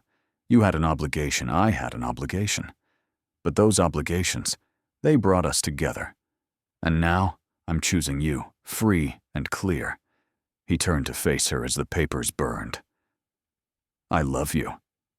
Not because a contract says I should. Not because my grandmother forced my hand. Not because you need me or I need you. I love you because you're you. Because you make terrible jokes and cry at poetry, and you're the strongest person I've ever met. Because you saw someone who'd forgotten how to feel, and you made him remember. Because every single day with you is better than any day without you." The tears came then, full and uncontrolled. Damien crossed to her, pulled her close. "So no more expiration dates," he murmured into her hair. "No more counting down months. Just us, figuring this out as we go, making mistakes and fixing them, building something real." "Okay, okay," she whispered. That night, they made love with a desperation that came from knowing how close they'd come to losing each other, how easily fear could have undone what they'd built. And afterward, lying tangled together, Clara felt the last of her doubt dissolve. This was real. This was chosen. This was forever. The burned contract changed something fundamental between them. Without the deadline, without the framework of obligation, they were free to simply be. And what they were, Clara realized, was happy. Damien cut back his hours at work, delegating more, trusting his team. He came home for dinners, for mornings in bed, for lazy weekends where they did nothing but exist together. They talked about the future now without the careful distance that had characterized their early conversations. About maybe getting a dog, about Clara going back to school to finish her teaching degree, about splitting time between the penthouse and the San Juan estate, about children, tentatively, both nervous about the topic, but drawn to the possibility. Margaret Hale visited one afternoon, finding them cooking together, dancing badly to music playing from the sound system. She watched for a moment before clearing her throat. "I see the contract burned," she said, gesturing to the fireplace where ash residue still marked where the papers had been consumed. Damien didn't look ashamed. It served its purpose. "You forced me to take a chance on connection." "I did. And I found what you wanted me to find. Not just a wife, but someone who makes me want to be alive again, Margaret smiled, a rare expression of approval. Good. Emma would be pleased. They had dinner together, the three of them, and Margaret told stories about Damien as a child, about Emma, about the family legacy that had weighed so heavily on his shoulders. Clara watched Damien's face soften as he listened, saw him laugh at memories that had been too painful to access before. "You've done well," Margaret told Clara as she was leaving, "not just in loving him, but in teaching him to love himself again. That's the real gift." Clara's mother's transplant surgery happened in their 6th month together.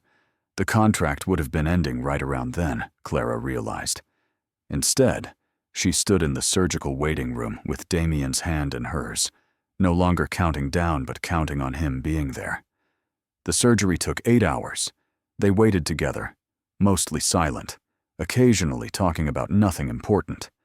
When the doctor finally emerged with good news, with the information that the kidney had been accepted, that her mother was stable and expected to make a full recovery, Clara collapsed into Damien's arms, sobbing. "She's going to be okay," she kept repeating. "She's actually going to be okay." "I know," he murmured. "I know, love. I'm so happy for you. For her." That night, sitting beside her mother's hospital bed, watching her sleep peacefully for the first time in years, Clara felt the weight she'd been carrying finally lift. The fear that had driven every decision, the desperation that had made her sign a contract to marry a stranger, all of it dissolved. Her mother would live, and Clara had found something she hadn't even been looking for. She'd found love.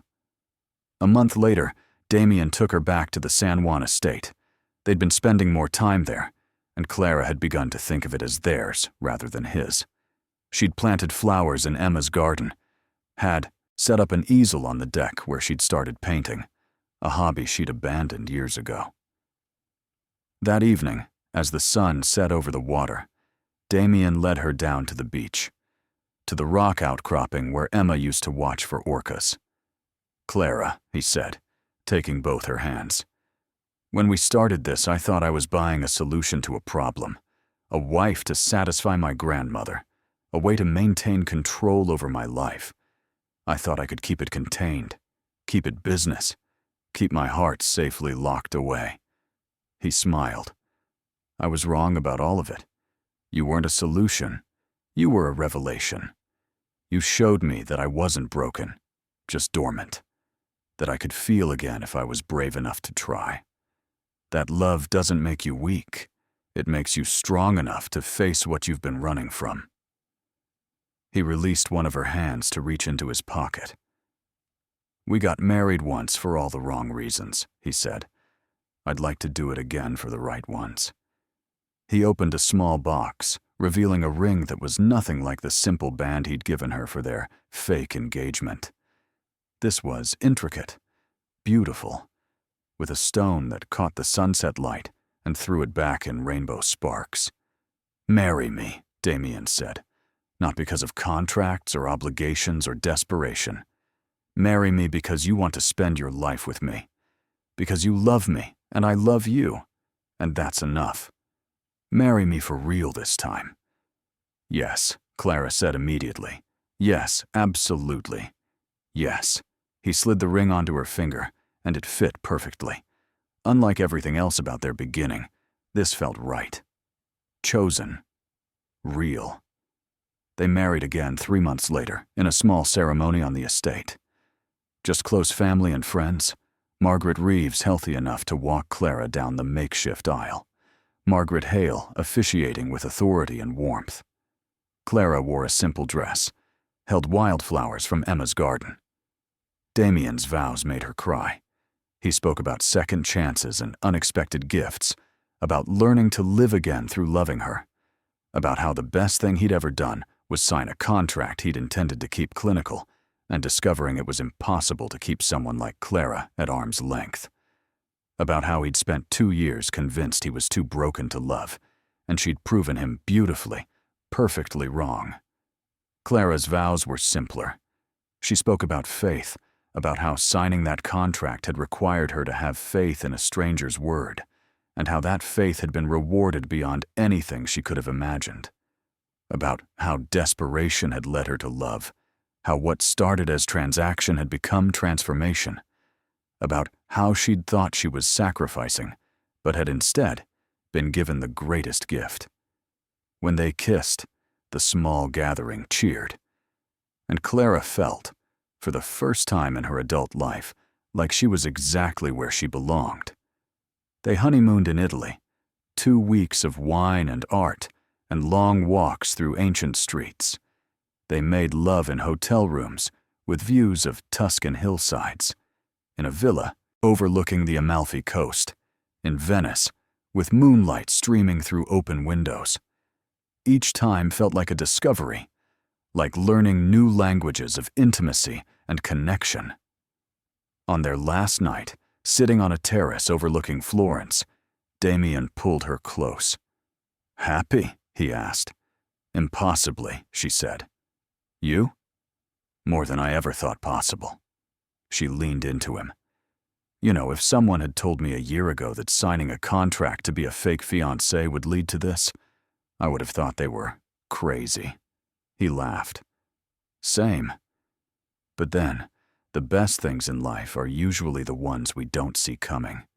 The ones that ambush us and remake us before we realize what's happening. Is that what I did? Ambushed you?"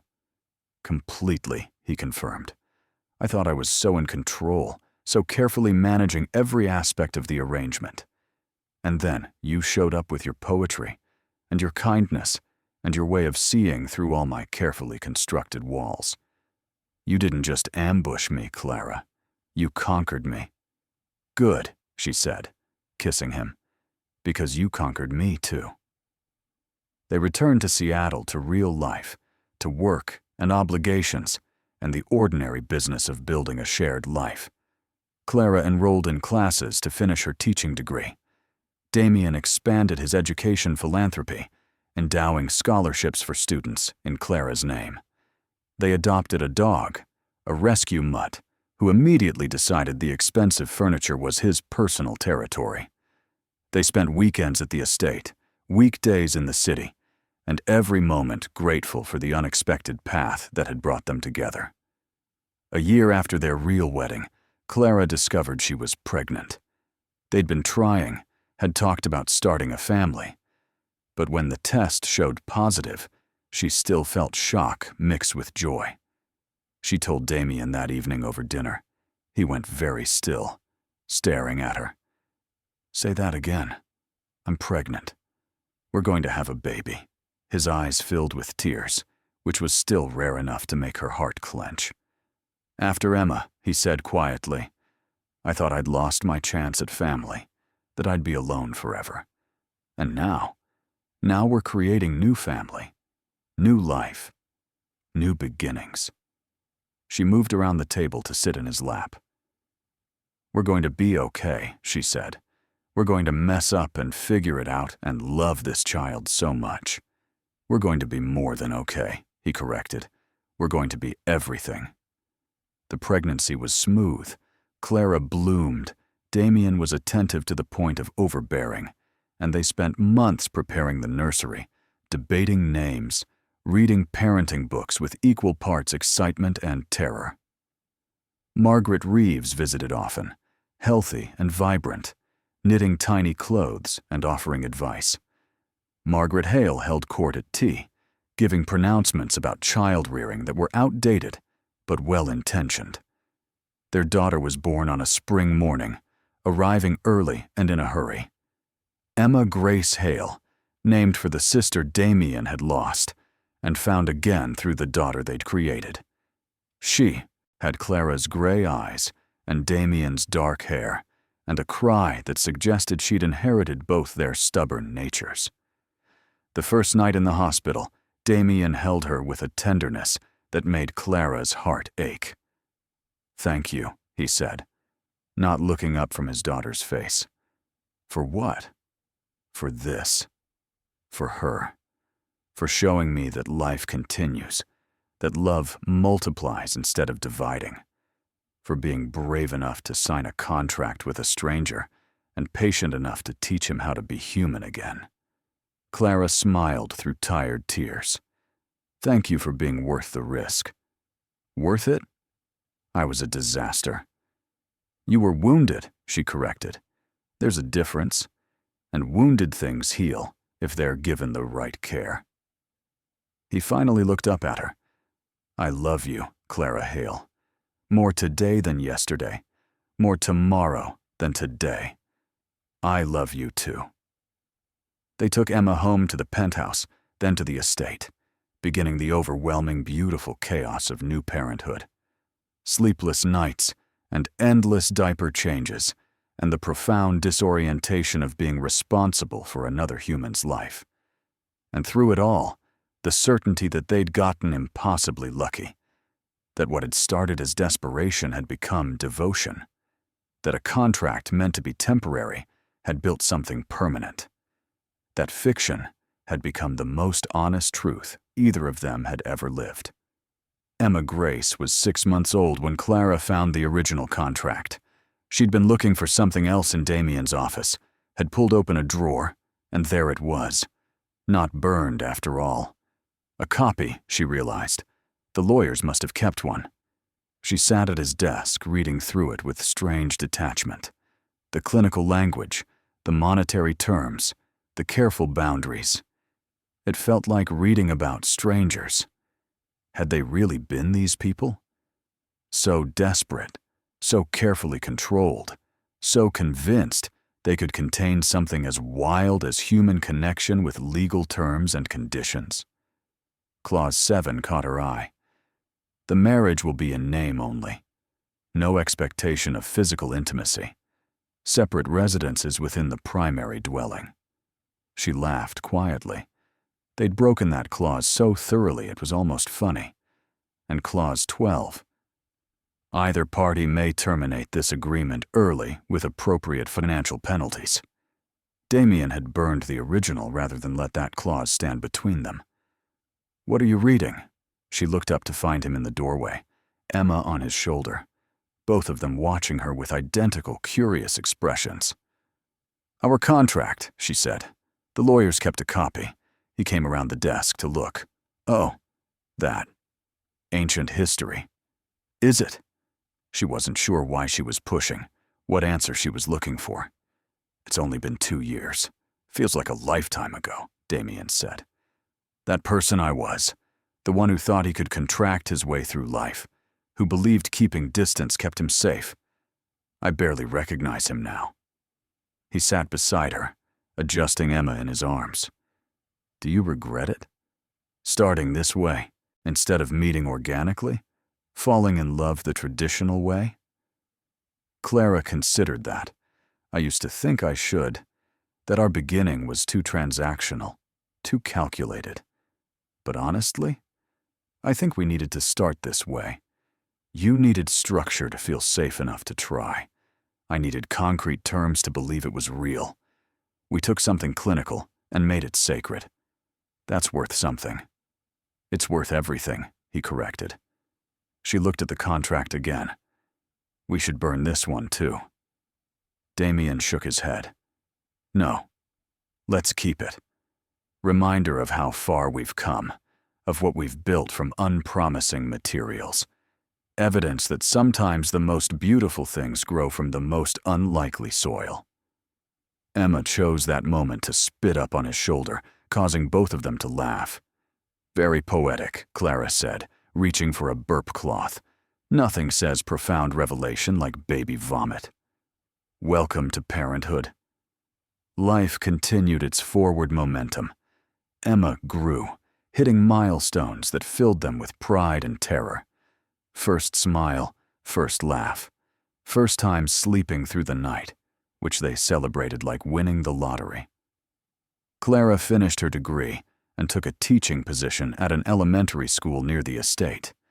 She loved it, loved the children, loved feeling like she was contributing something meaningful to the world.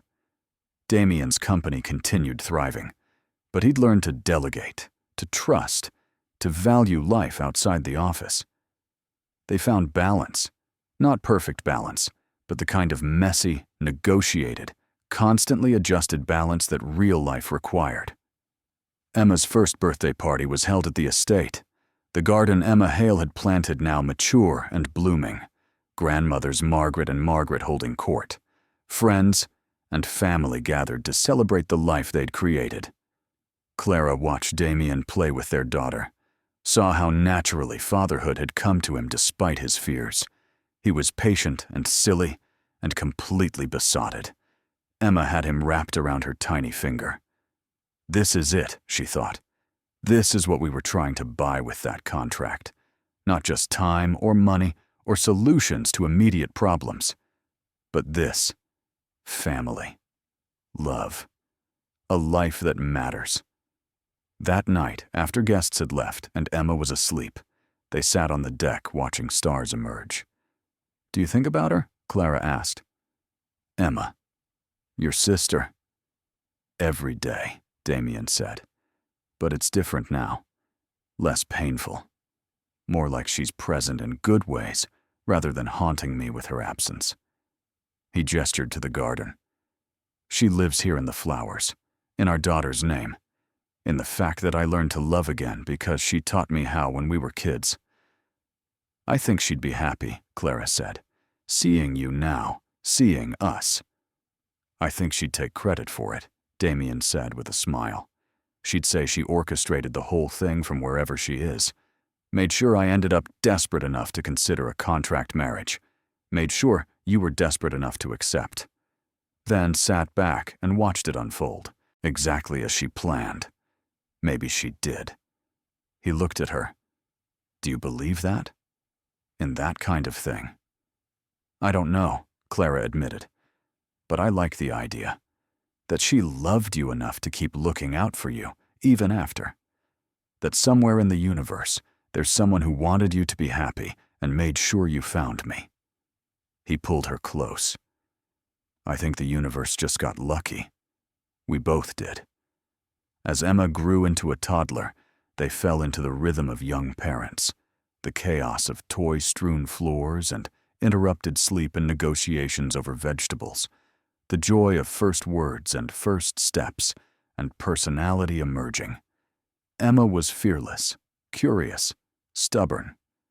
"Definitely both of ours," Clara said often. "She has my determination and your single-mindedness. We're in so much trouble when she's a teenager." The thought terrified and delighted them equally. They'd gone from two people convinced they couldn't connect to anyone to two people building a legacy of connection that would outlast them both. On their third wedding anniversary, the real one, Clara was pregnant again. Twins this time, the ultrasound revealed. 2 boys, who immediately made their presence known through aggressive morning sickness and constant activity. "We're going to be outnumbered," Damien said, staring at the ultrasound images. "We already are," Clara corrected, gesturing to Emma, who was systematically emptying every low cabinet in the kitchen. "This just makes it official." They named the boys Daniel and Jack, brought them home to controlled chaos, learned to navigate life with 3 children under 3. It was exhausting and overwhelming, and the best disaster either of them had ever experienced. Some nights, Clara would stand in the doorway of the nursery watching Damien feed twins while Emma slept, and she'd think about that morning in the coffee shop, about how she'd walked in desperate and empty and willing to sell 6 months of her life for survival, about how that decision, made from the worst kind of necessity, had given her everything she'd never known she wanted. Years passed. Emma started school. The twins became mobile terrors.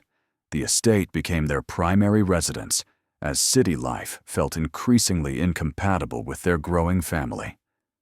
Clara's teaching career flourished. Damien's company went public, making them wealthier than they'd ever need to be. Wealth they channeled into foundations and scholarships and programs for families like theirs had been, desperate and struggling and needing a hand up. They became active philanthropists, funding education and medical research, particularly kidney disease awareness in honor of Clara's mother, and cancer research in honor of Emma Hale, making meaning from what they'd survived. Margaret Reeves lived to see all 3 grandchildren, passed peacefully in her sleep when Emma Grace was 7. Margaret Hale lasted until 92, sharp and opinionated until the end. Her final words to Damien a satisfied, "I told you so about the marriage," she'd forced. They grieved both losses but carried forward, understanding now that love doesn't end with death. It transforms, finds new expressions, lives in children's names and garden flowers and memories that warm rather than wound. Emma Grace turned 10, and they threw her a party at the estate. Friends from school, family, chaos and cake, and the particular joy of watching your child be happy. That evening, after everyone had left, Emma found Clara on the deck. "Mom," she asked, settling beside her, "how did you and Dad meet?" Clara had known this question would come eventually. She and Damien had discussed how to answer it, how much truth to tell. "We met when we both needed each other," Clara said carefully. "I needed help with something important, and he needed someone to remind him how to be happy again." "That sounds like a story," Emma said. "It is a story," Clara agreed. "A really good one. Will you tell it to me?" "Someday," Clara promised. "When you're older. For now, just know that sometimes the best things in life come from unexpected places, from being brave enough to take a chance, even when you're scared, from letting people surprise you." Emma considered this. "Did you love him right away?" "No," Clara said honestly. "Love came later, after we'd learned to trust each other, after we'd seen each other at our worst and stayed anyway. That's how you know it's real."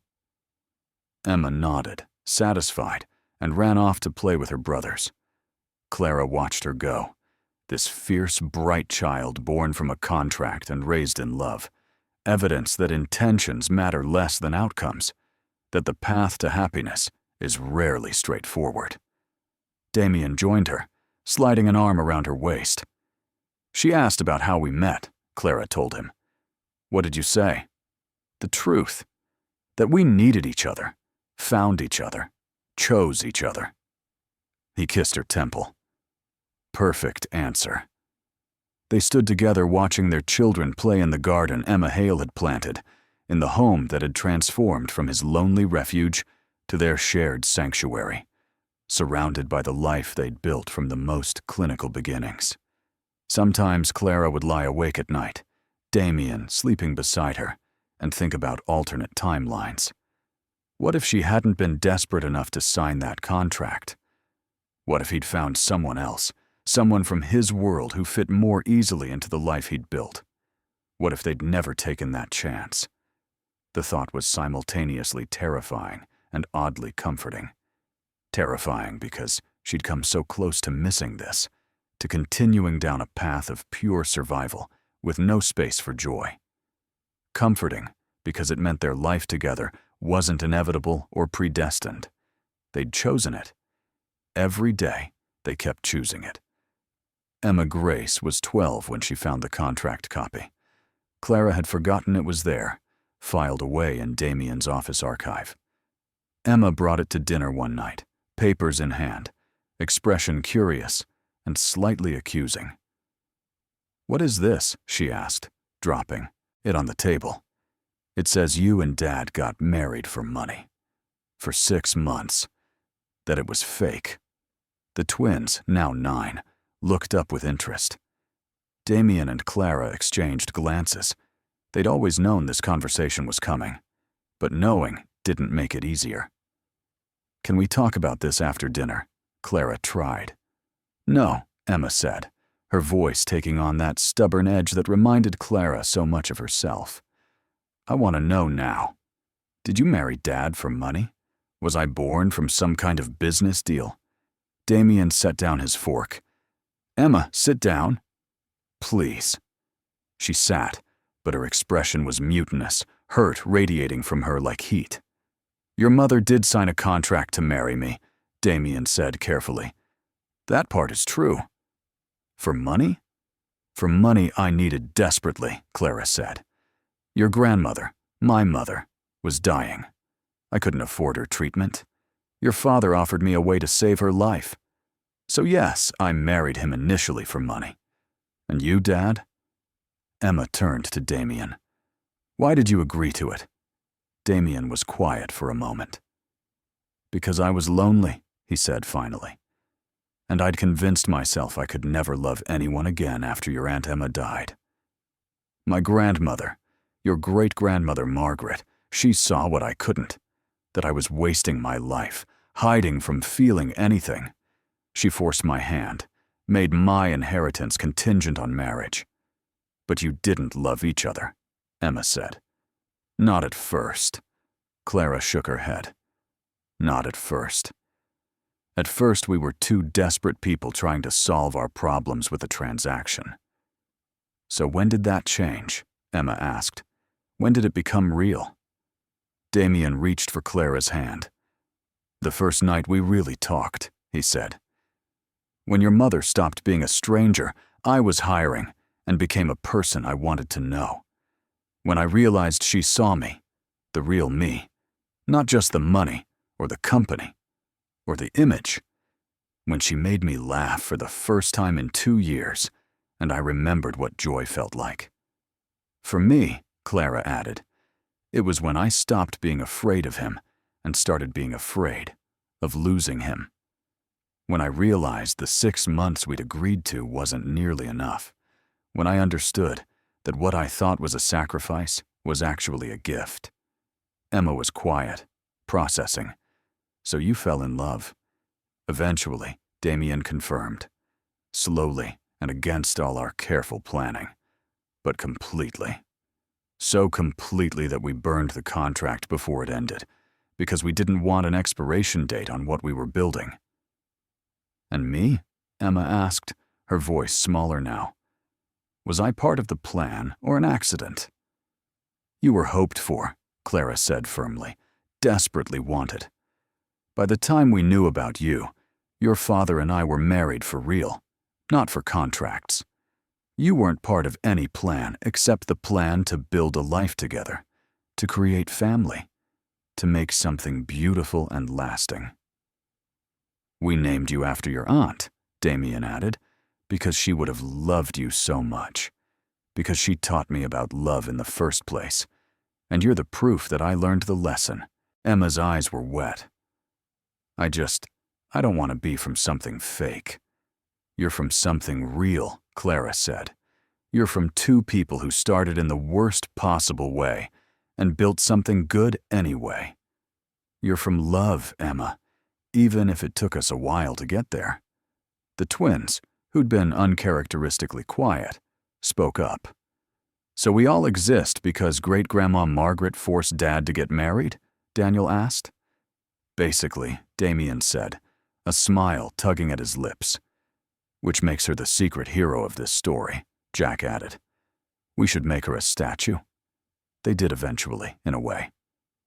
After that dinner, after Emma had processed and accepted their unconventional origin story, she started asking more questions. About the contract terms, about those early days, about how exactly you go from business arrangement to real marriage. Clara and Damien told her, editing out adult details, but keeping the emotional truth. About learning to trust, about vulnerability, about choosing each other over and over despite fear. Emma, it turned out, had inherited her aunt's creative spirit. For her 8th grade project, she wrote and illustrated a children's book based loosely on their story. Not the literal truth, but the emotional truth. A story about two people who made a deal to help each other and discovered that the best deals are the ones where everyone wins more than they expected. Her teacher loved it. Damien and Clara cried reading it. And when Emma graduated high school 6 years later, already committed to studying creative writing at college, she dedicated her valedictorian speech to them.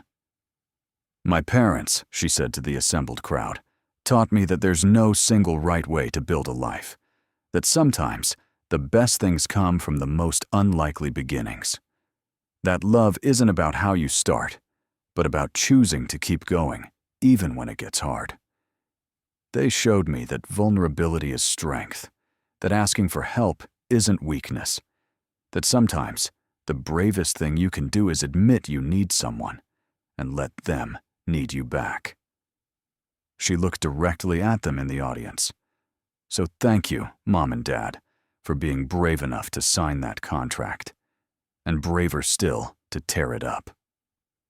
Clara sobbed through the whole speech. Damien held her hand so tight, she lost circulation. And they both felt the weight of what they'd built, the family that had started from desperation and grown into something that would outlast them both. The twins went to college. Emma got her graduate degree, and suddenly Clara and Damien were empty nesters. The estate felt too big, too quiet. They'd gotten so used to noise and chaos that peace felt strange. We should travel, Damien suggested. See all the places we never got to because we were raising children. So they did. Europe again, Asia, South America. They rediscovered each other as they'd been before kids, but also as new people shaped by decades of partnership. They made love in hotels around the world, slower now, but no less, passionate, bodies that knew each other perfectly, intimacy built on years of practice. "What do you think?" Clara asked one night in Kyoto, lying in his arms. "About what?" "About how it all turned out." Damien was quiet for a moment. "I think we're the luckiest people alive. We started from nothing, from less than nothing, from desperation and fear and loneliness. And we built this life, this family, this love that just keeps growing. I think if I could go back and do it all again, I wouldn't change a single thing." "Not even the pain?" she asked. "Especially not the pain," he said. "Because the pain was what made us brave enough to try.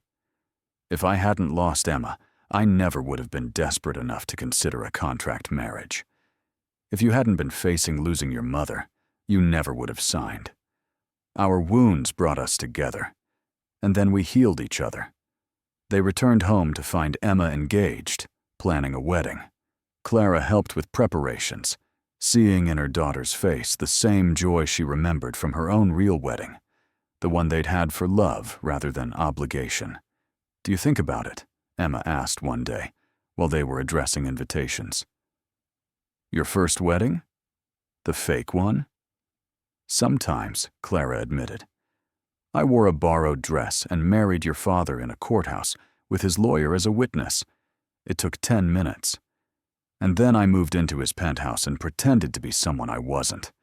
That sounds lonely." "It was," Clara said, "but it was also the beginning of everything good. So I can't regret it." Emma was quiet for a moment. "Mark and I," she said, referring to her fiancé, "we started as friends. For years. And I kept thinking we should be more, but I was scared. Scared it would ruin the friendship, scared he didn't feel the same, scared of risking something good for something that might be better." "So what changed?" Clara asked. "You and Dad," Emma said simply. "You taught me that sometimes the best things require risk, that you can start from an unlikely place and build something real. That love doesn't have to look a certain way to be valid." So I told him how I felt, and he felt the same. And now, we're here. Clara hugged her daughter. "That's exactly right. Take the risk. Build the life. Don't let fear keep you from possibility." Emma's wedding was beautiful, held at the estate, in the garden that had been replanted multiple times over the years, but still carried Emma Hale's spirit. Damien walked their daughter down the aisle, and Clara watched from the front row, thinking about cycles and legacy, and the ways love multiplies across generations. At the reception, during the parent dances, Clara found herself swaying with Damien. "Do you remember our first dance?" she asked. "At the engagement party your grandmother threw." I was terrified. "So was I," he admitted. "Terrified you'd see through me. that you'd realize I had no idea what I was doing, that I was making everything up as I went. We both were, but we figured it out. We did, he agreed. We really did. Years continued passing. Grandchildren arrived. Emma's 3, the twins' collective 4. The estate became a gathering place for holidays and summers, loud with voices and laughter and the beautiful chaos of family. Clara and Damien grew older together, bodies softening, hair graying, but the connection between them only deepening. They'd been together 30 years when Damien had a health scare, a heart attack, mild but frightening. Clara sat beside his hospital bed holding his hand, trying not to think about loss, about endings, about all the ways love makes you vulnerable. "I'm okay," he kept saying. "I'm fine." "You're not fine," she said. "You're in a hospital bed." "But I'm okay," he insisted, "because you're here. That's all that's ever mattered, Clara, that you're here." She cried then, couldn't help it. "I can't lose you. Not after everything." "You won't," he promised. "Not for a long time yet. We have years still. Grandchildren to spoil, places to see, mornings to wake up together. I'm not going anywhere." And he didn't. He recovered, changed his diet, exercised more, took the medications seriously. They got careful about health in the way you do when mortality stops being abstract and becomes tangible. But they also relaxed into the time they had, stopped postponing joy, said, "I love you," even more frequently than they already did. On their 40th anniversary, their children threw them a party. The estate was transformed, decorated with photos spanning 4 decades. The contract signing in that coffee shop, though no pictures existed of that. The engagement party where they'd played their roles so carefully. Their real wedding, intimate and joyful. Births and birthdays and holidays and ordinary moments that added up to an extraordinary life. Damien stood to give a toast, and the room quieted. 40 years ago, he said, I was the loneliest man alive. I'd convinced myself that loneliness was safety, that if I never let anyone close, I'd never experience loss again. I built walls so high I thought nothing could get through. He looked at Clara. And then this woman signed a contract to pretend to love me for 6 months, and I thought I could keep it contained, keep it business, keep my heart safely locked away. He paused, emotion making his voice rough. I was wrong about all of it. You can't contain love. You can't predict it. You can't control it with contracts and terms and carefully maintained distance.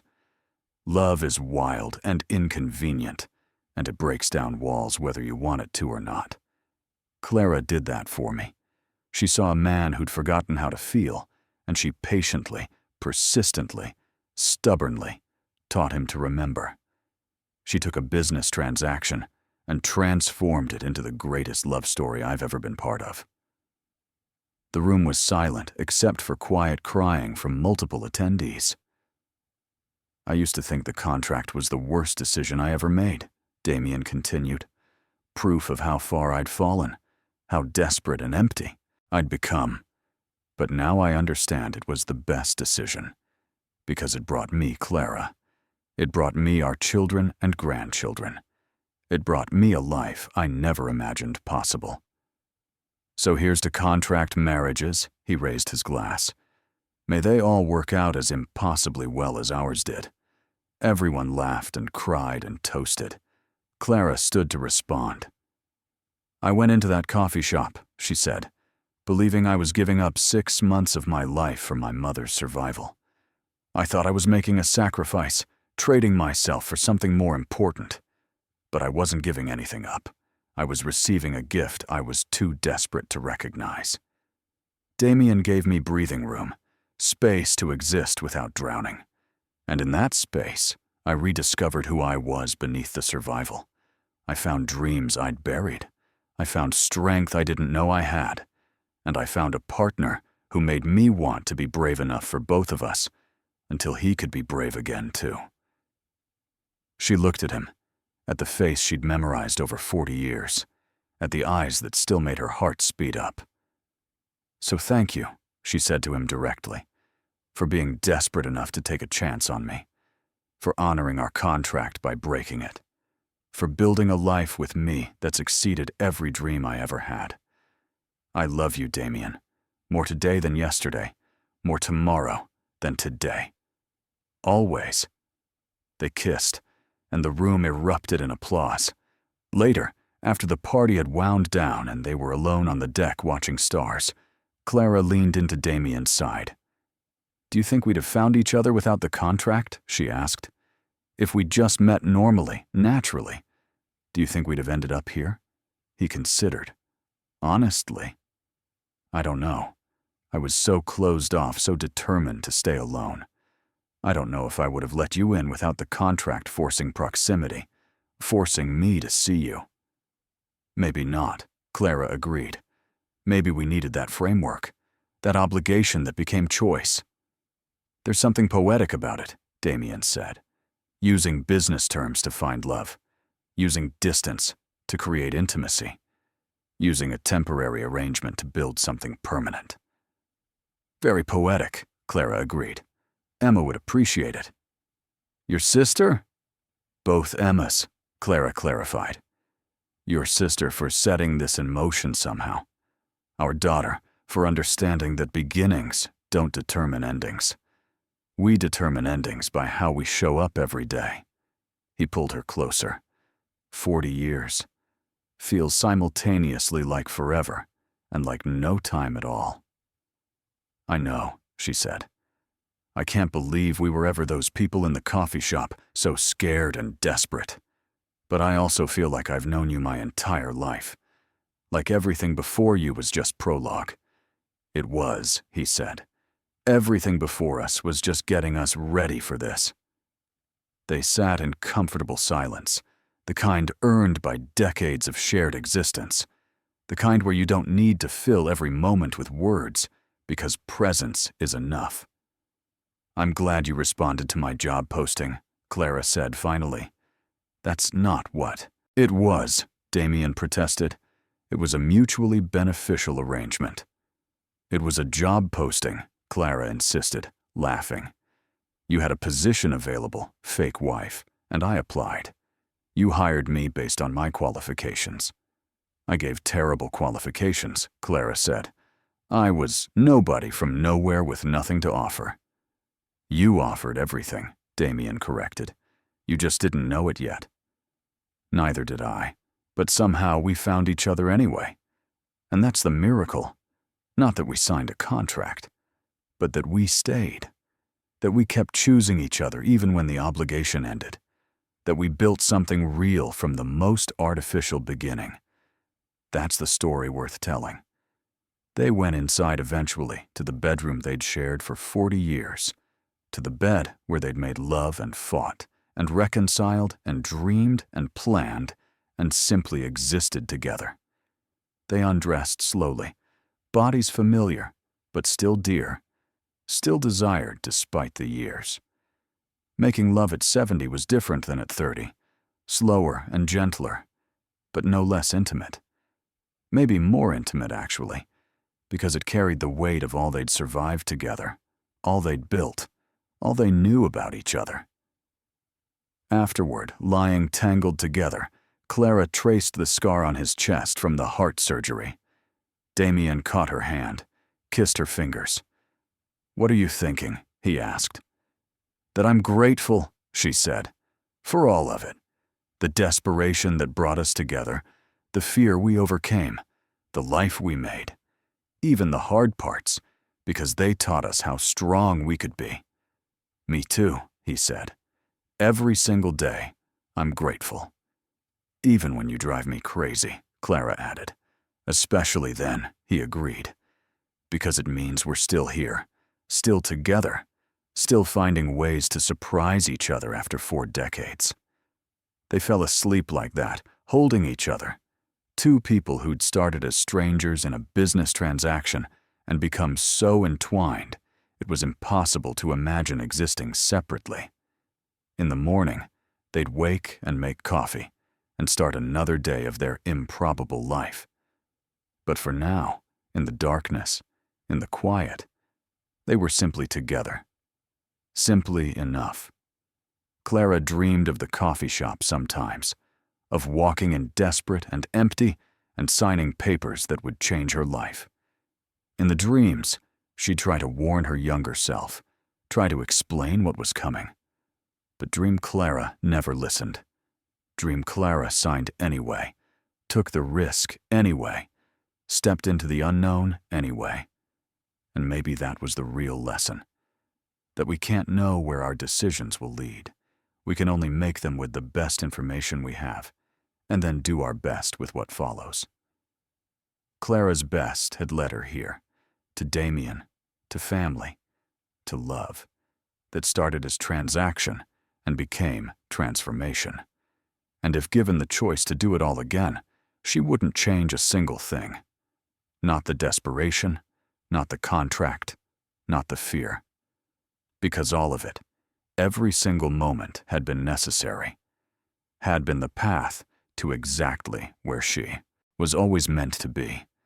There's a particular quality to late afternoon light in the San Juan Islands, especially in autumn, when the air turns crisp and the leaves begin their slow transformation. It's golden and forgiving, the kind of light that makes everything beautiful, that softens edges and highlights what matters. Clara sat in Emma's garden, the one planted decades ago by a sister she'd never met, but felt she knew intimately through stories and legacy. The flowers were still blooming despite the season, stubborn and bright, refusing to acknowledge that winter was coming. Much like she felt about her own life these days, refusing to acknowledge that the story was nearing its final chapters. She was 73 now. Damien was 75. They'd been married, really married, for 42 years. The contract that started it all was 50 years old, a piece of history filed away and occasionally brought out for storytelling purposes when grandchildren asked about their love story. It felt distant now, that desperate morning in the coffee shop, like something that happened to different people in a different lifetime. And yet everything she had, everyone she loved, every moment of joy had stemmed from that single desperate decision to sign her name on a contract she barely understood. Grandma Clara. She turned to find her youngest grandson, Michael, Emma's son, approaching. He was 8, curious and thoughtful, with Damien's dark eyes and his mother's creative spirit. "Hi, sweetheart. Come sit with me." He settled beside her on the bench. "Mom says you and Grandpa have a special story, that you met in an unusual way." "We did," Clara confirmed. "We met when we both needed something from each other, and we were brave enough to try helping each other, even though we were scared." "Were you really that scared?" Michael asked. "More scared than I'd ever been," Clara said honestly. "I was afraid of losing my mother, afraid of being poor forever, afraid of signing away 6 months of my life to a stranger.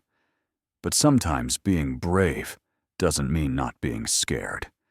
It means being scared and doing it anyway." "And it worked out?" "More than worked out," Clara said. "It gave me everything. Your mother and uncles, all of you grandchildren. A life I never imagined possible. All because I was brave for 10 minutes in a coffee shop." Michael considered this. "I'm scared sometimes," he admitted, "of lots of things." "What do you do when you're scared?" "You do it anyway," Clara said, pulling him close. "And you remember that the best things in life, the really good things, they all require risk. Loving people is risky because you might lose them. Trying new things is risky because you might fail. Being honest is risky because people might reject you. But without risk, there's no reward. Without vulnerability, there's no connection. Without courage, there's no growth." "Will you tell me the whole story sometime?" Michael asked. "The real one, with all the details?" Someday, Clara promised, when you're older. For now, just know that your grandpa and I started from nothing and built everything. And if we could do it, you can do anything. He nodded, satisfied, and ran off to play with his cousins. Clara watched him go. This child who existed because she'd been desperate enough to take a chance, because Damien had been lonely enough to offer one. Inside the house, through the windows, she could see their family gathered. Emma and Mark with their 3. Daniel and his wife with their 2. Jack and his husband with their 2. Damien moving through them all, older now, but still commanding presence. Still her person after all these years. They'd talked recently about the future, about what came next, about wills and estates, and the practical matters of mortality, about who would get what, how to divide things fairly, how to leave a legacy that mattered beyond money. Leave them the story, Damien had said. That's the real inheritance, the knowledge that love can start from anywhere, grow into anything, survive everything. So Clara had started writing it down, the real story, unvarnished and honest, the desperation and fear and the slow transformation from transaction to truth. She'd fill notebooks with memories, with details she didn't want forgotten, about those early days of careful distance, about the night they'd burned the contract, about the moment she'd told him she loved him and meant it, about blood on sheets and vulnerability rewarded, about choosing each other over and over despite easier alternatives. She wanted their descendants to know that happiness isn't accidental, that love is work and choice and courage, that you can start from the worst possible beginning and still build something beautiful if you're willing to be brave and honest and vulnerable. That evening, after everyone had left, Clara and Damien stood where they'd stood 1,000 times before, on the deck overlooking the water, watching the sun set in shades of amber and rose. "Do you remember," Clara said, "that night you brought me here for the first time? When we'd been together a month and you showed me Emma's favorite places?" "I remember," Damien said. "I was terrified you'd see how broken I still was, how far I had to go before I could be what you deserved." "You were exactly what I deserved," Clara said. "You were real and hurt and trying. That's all anyone can ask for." She leaned into him, and he wrapped his arms around her, a gesture so familiar it was like breathing. "We did well, didn't we?" she asked. "With this life, this family, with keeping our promise to each other." "We did amazingly," Damien agreed. "Better than I ever imagined possible." His voice grew quieter. "I'm not afraid anymore, you know, of feeling, of losing, of any of it. Because even if everything ended tomorrow, I got this. I got you. I got 42 years of being loved by the most extraordinary person I've ever met. That's enough. That's more than enough." "Don't talk like that," Clara said. "We have years left. Maybe," he said. "Or maybe not. But either way, I want you to know. If I'd never signed that contract, if I'd never met you, I'd have died lonely and empty and convinced love wasn't worth the risk. You saved me, Clara. Not just from loneliness, but from a life half lived. You made me remember how to be human." She turned in his arms to face him. "You saved me, too. From drowning in desperation, from a future of just surviving. You gave me space to become myself again, reminded me I was worth more than just my utility. You loved me when I didn't even love myself. That's the gift." "We saved each other," Damien said. "That's what the contract really bought. Not 6 months of fake marriage, but a lifetime of real partnership."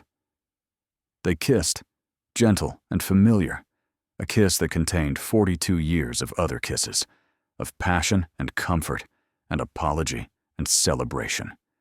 A kiss that said we're still here, still together, still choosing this. The sun finished setting, leaving them in the soft darkness of evening. They went inside to the house they'd made home, to the life they'd built from the most unlikely materials, to the future they'd continue building one day at a time for however many days remained. And if Clara had learned anything in 50 years since walking into that coffee shop, it was that the number of days mattered less than what you did with them. She'd spent hers loving Damien, raising children, building family, creating legacy. She'd taken a contract meant to be temporary and made it eternal. She'd taken fear and transformed it into courage, desperation into devotion, transaction into the truest love she'd ever known. So when people asked, as they often did, if she regretted how it started, Clara had only one answer: not for a single second. Because sometimes the worst beginnings lead to the best endings. Sometimes what looks like a mistake is actually a miracle in disguise. Sometimes signing a contract with a stranger is the bravest thing you'll ever do. And sometimes blood on sheets isn't an ending, but a beginning. Proof of vulnerability rewarded, of crossing thresholds that can't be uncrossed, of intimacy that transforms everything it touches. That was their story. Contract to commitment, transaction to transformation, pretend to permanence. And Clara wouldn't change a single word of it. If this story touched your heart, subscribe to the channel and leave a like. Comment where you're listening from. And if you felt it was really worth it, consider becoming a member to get early access to upcoming stories. Your support makes all the difference and helps us continue creating stories that remind us that love can start anywhere, grow into anything, and last forever if we're brave enough to let it.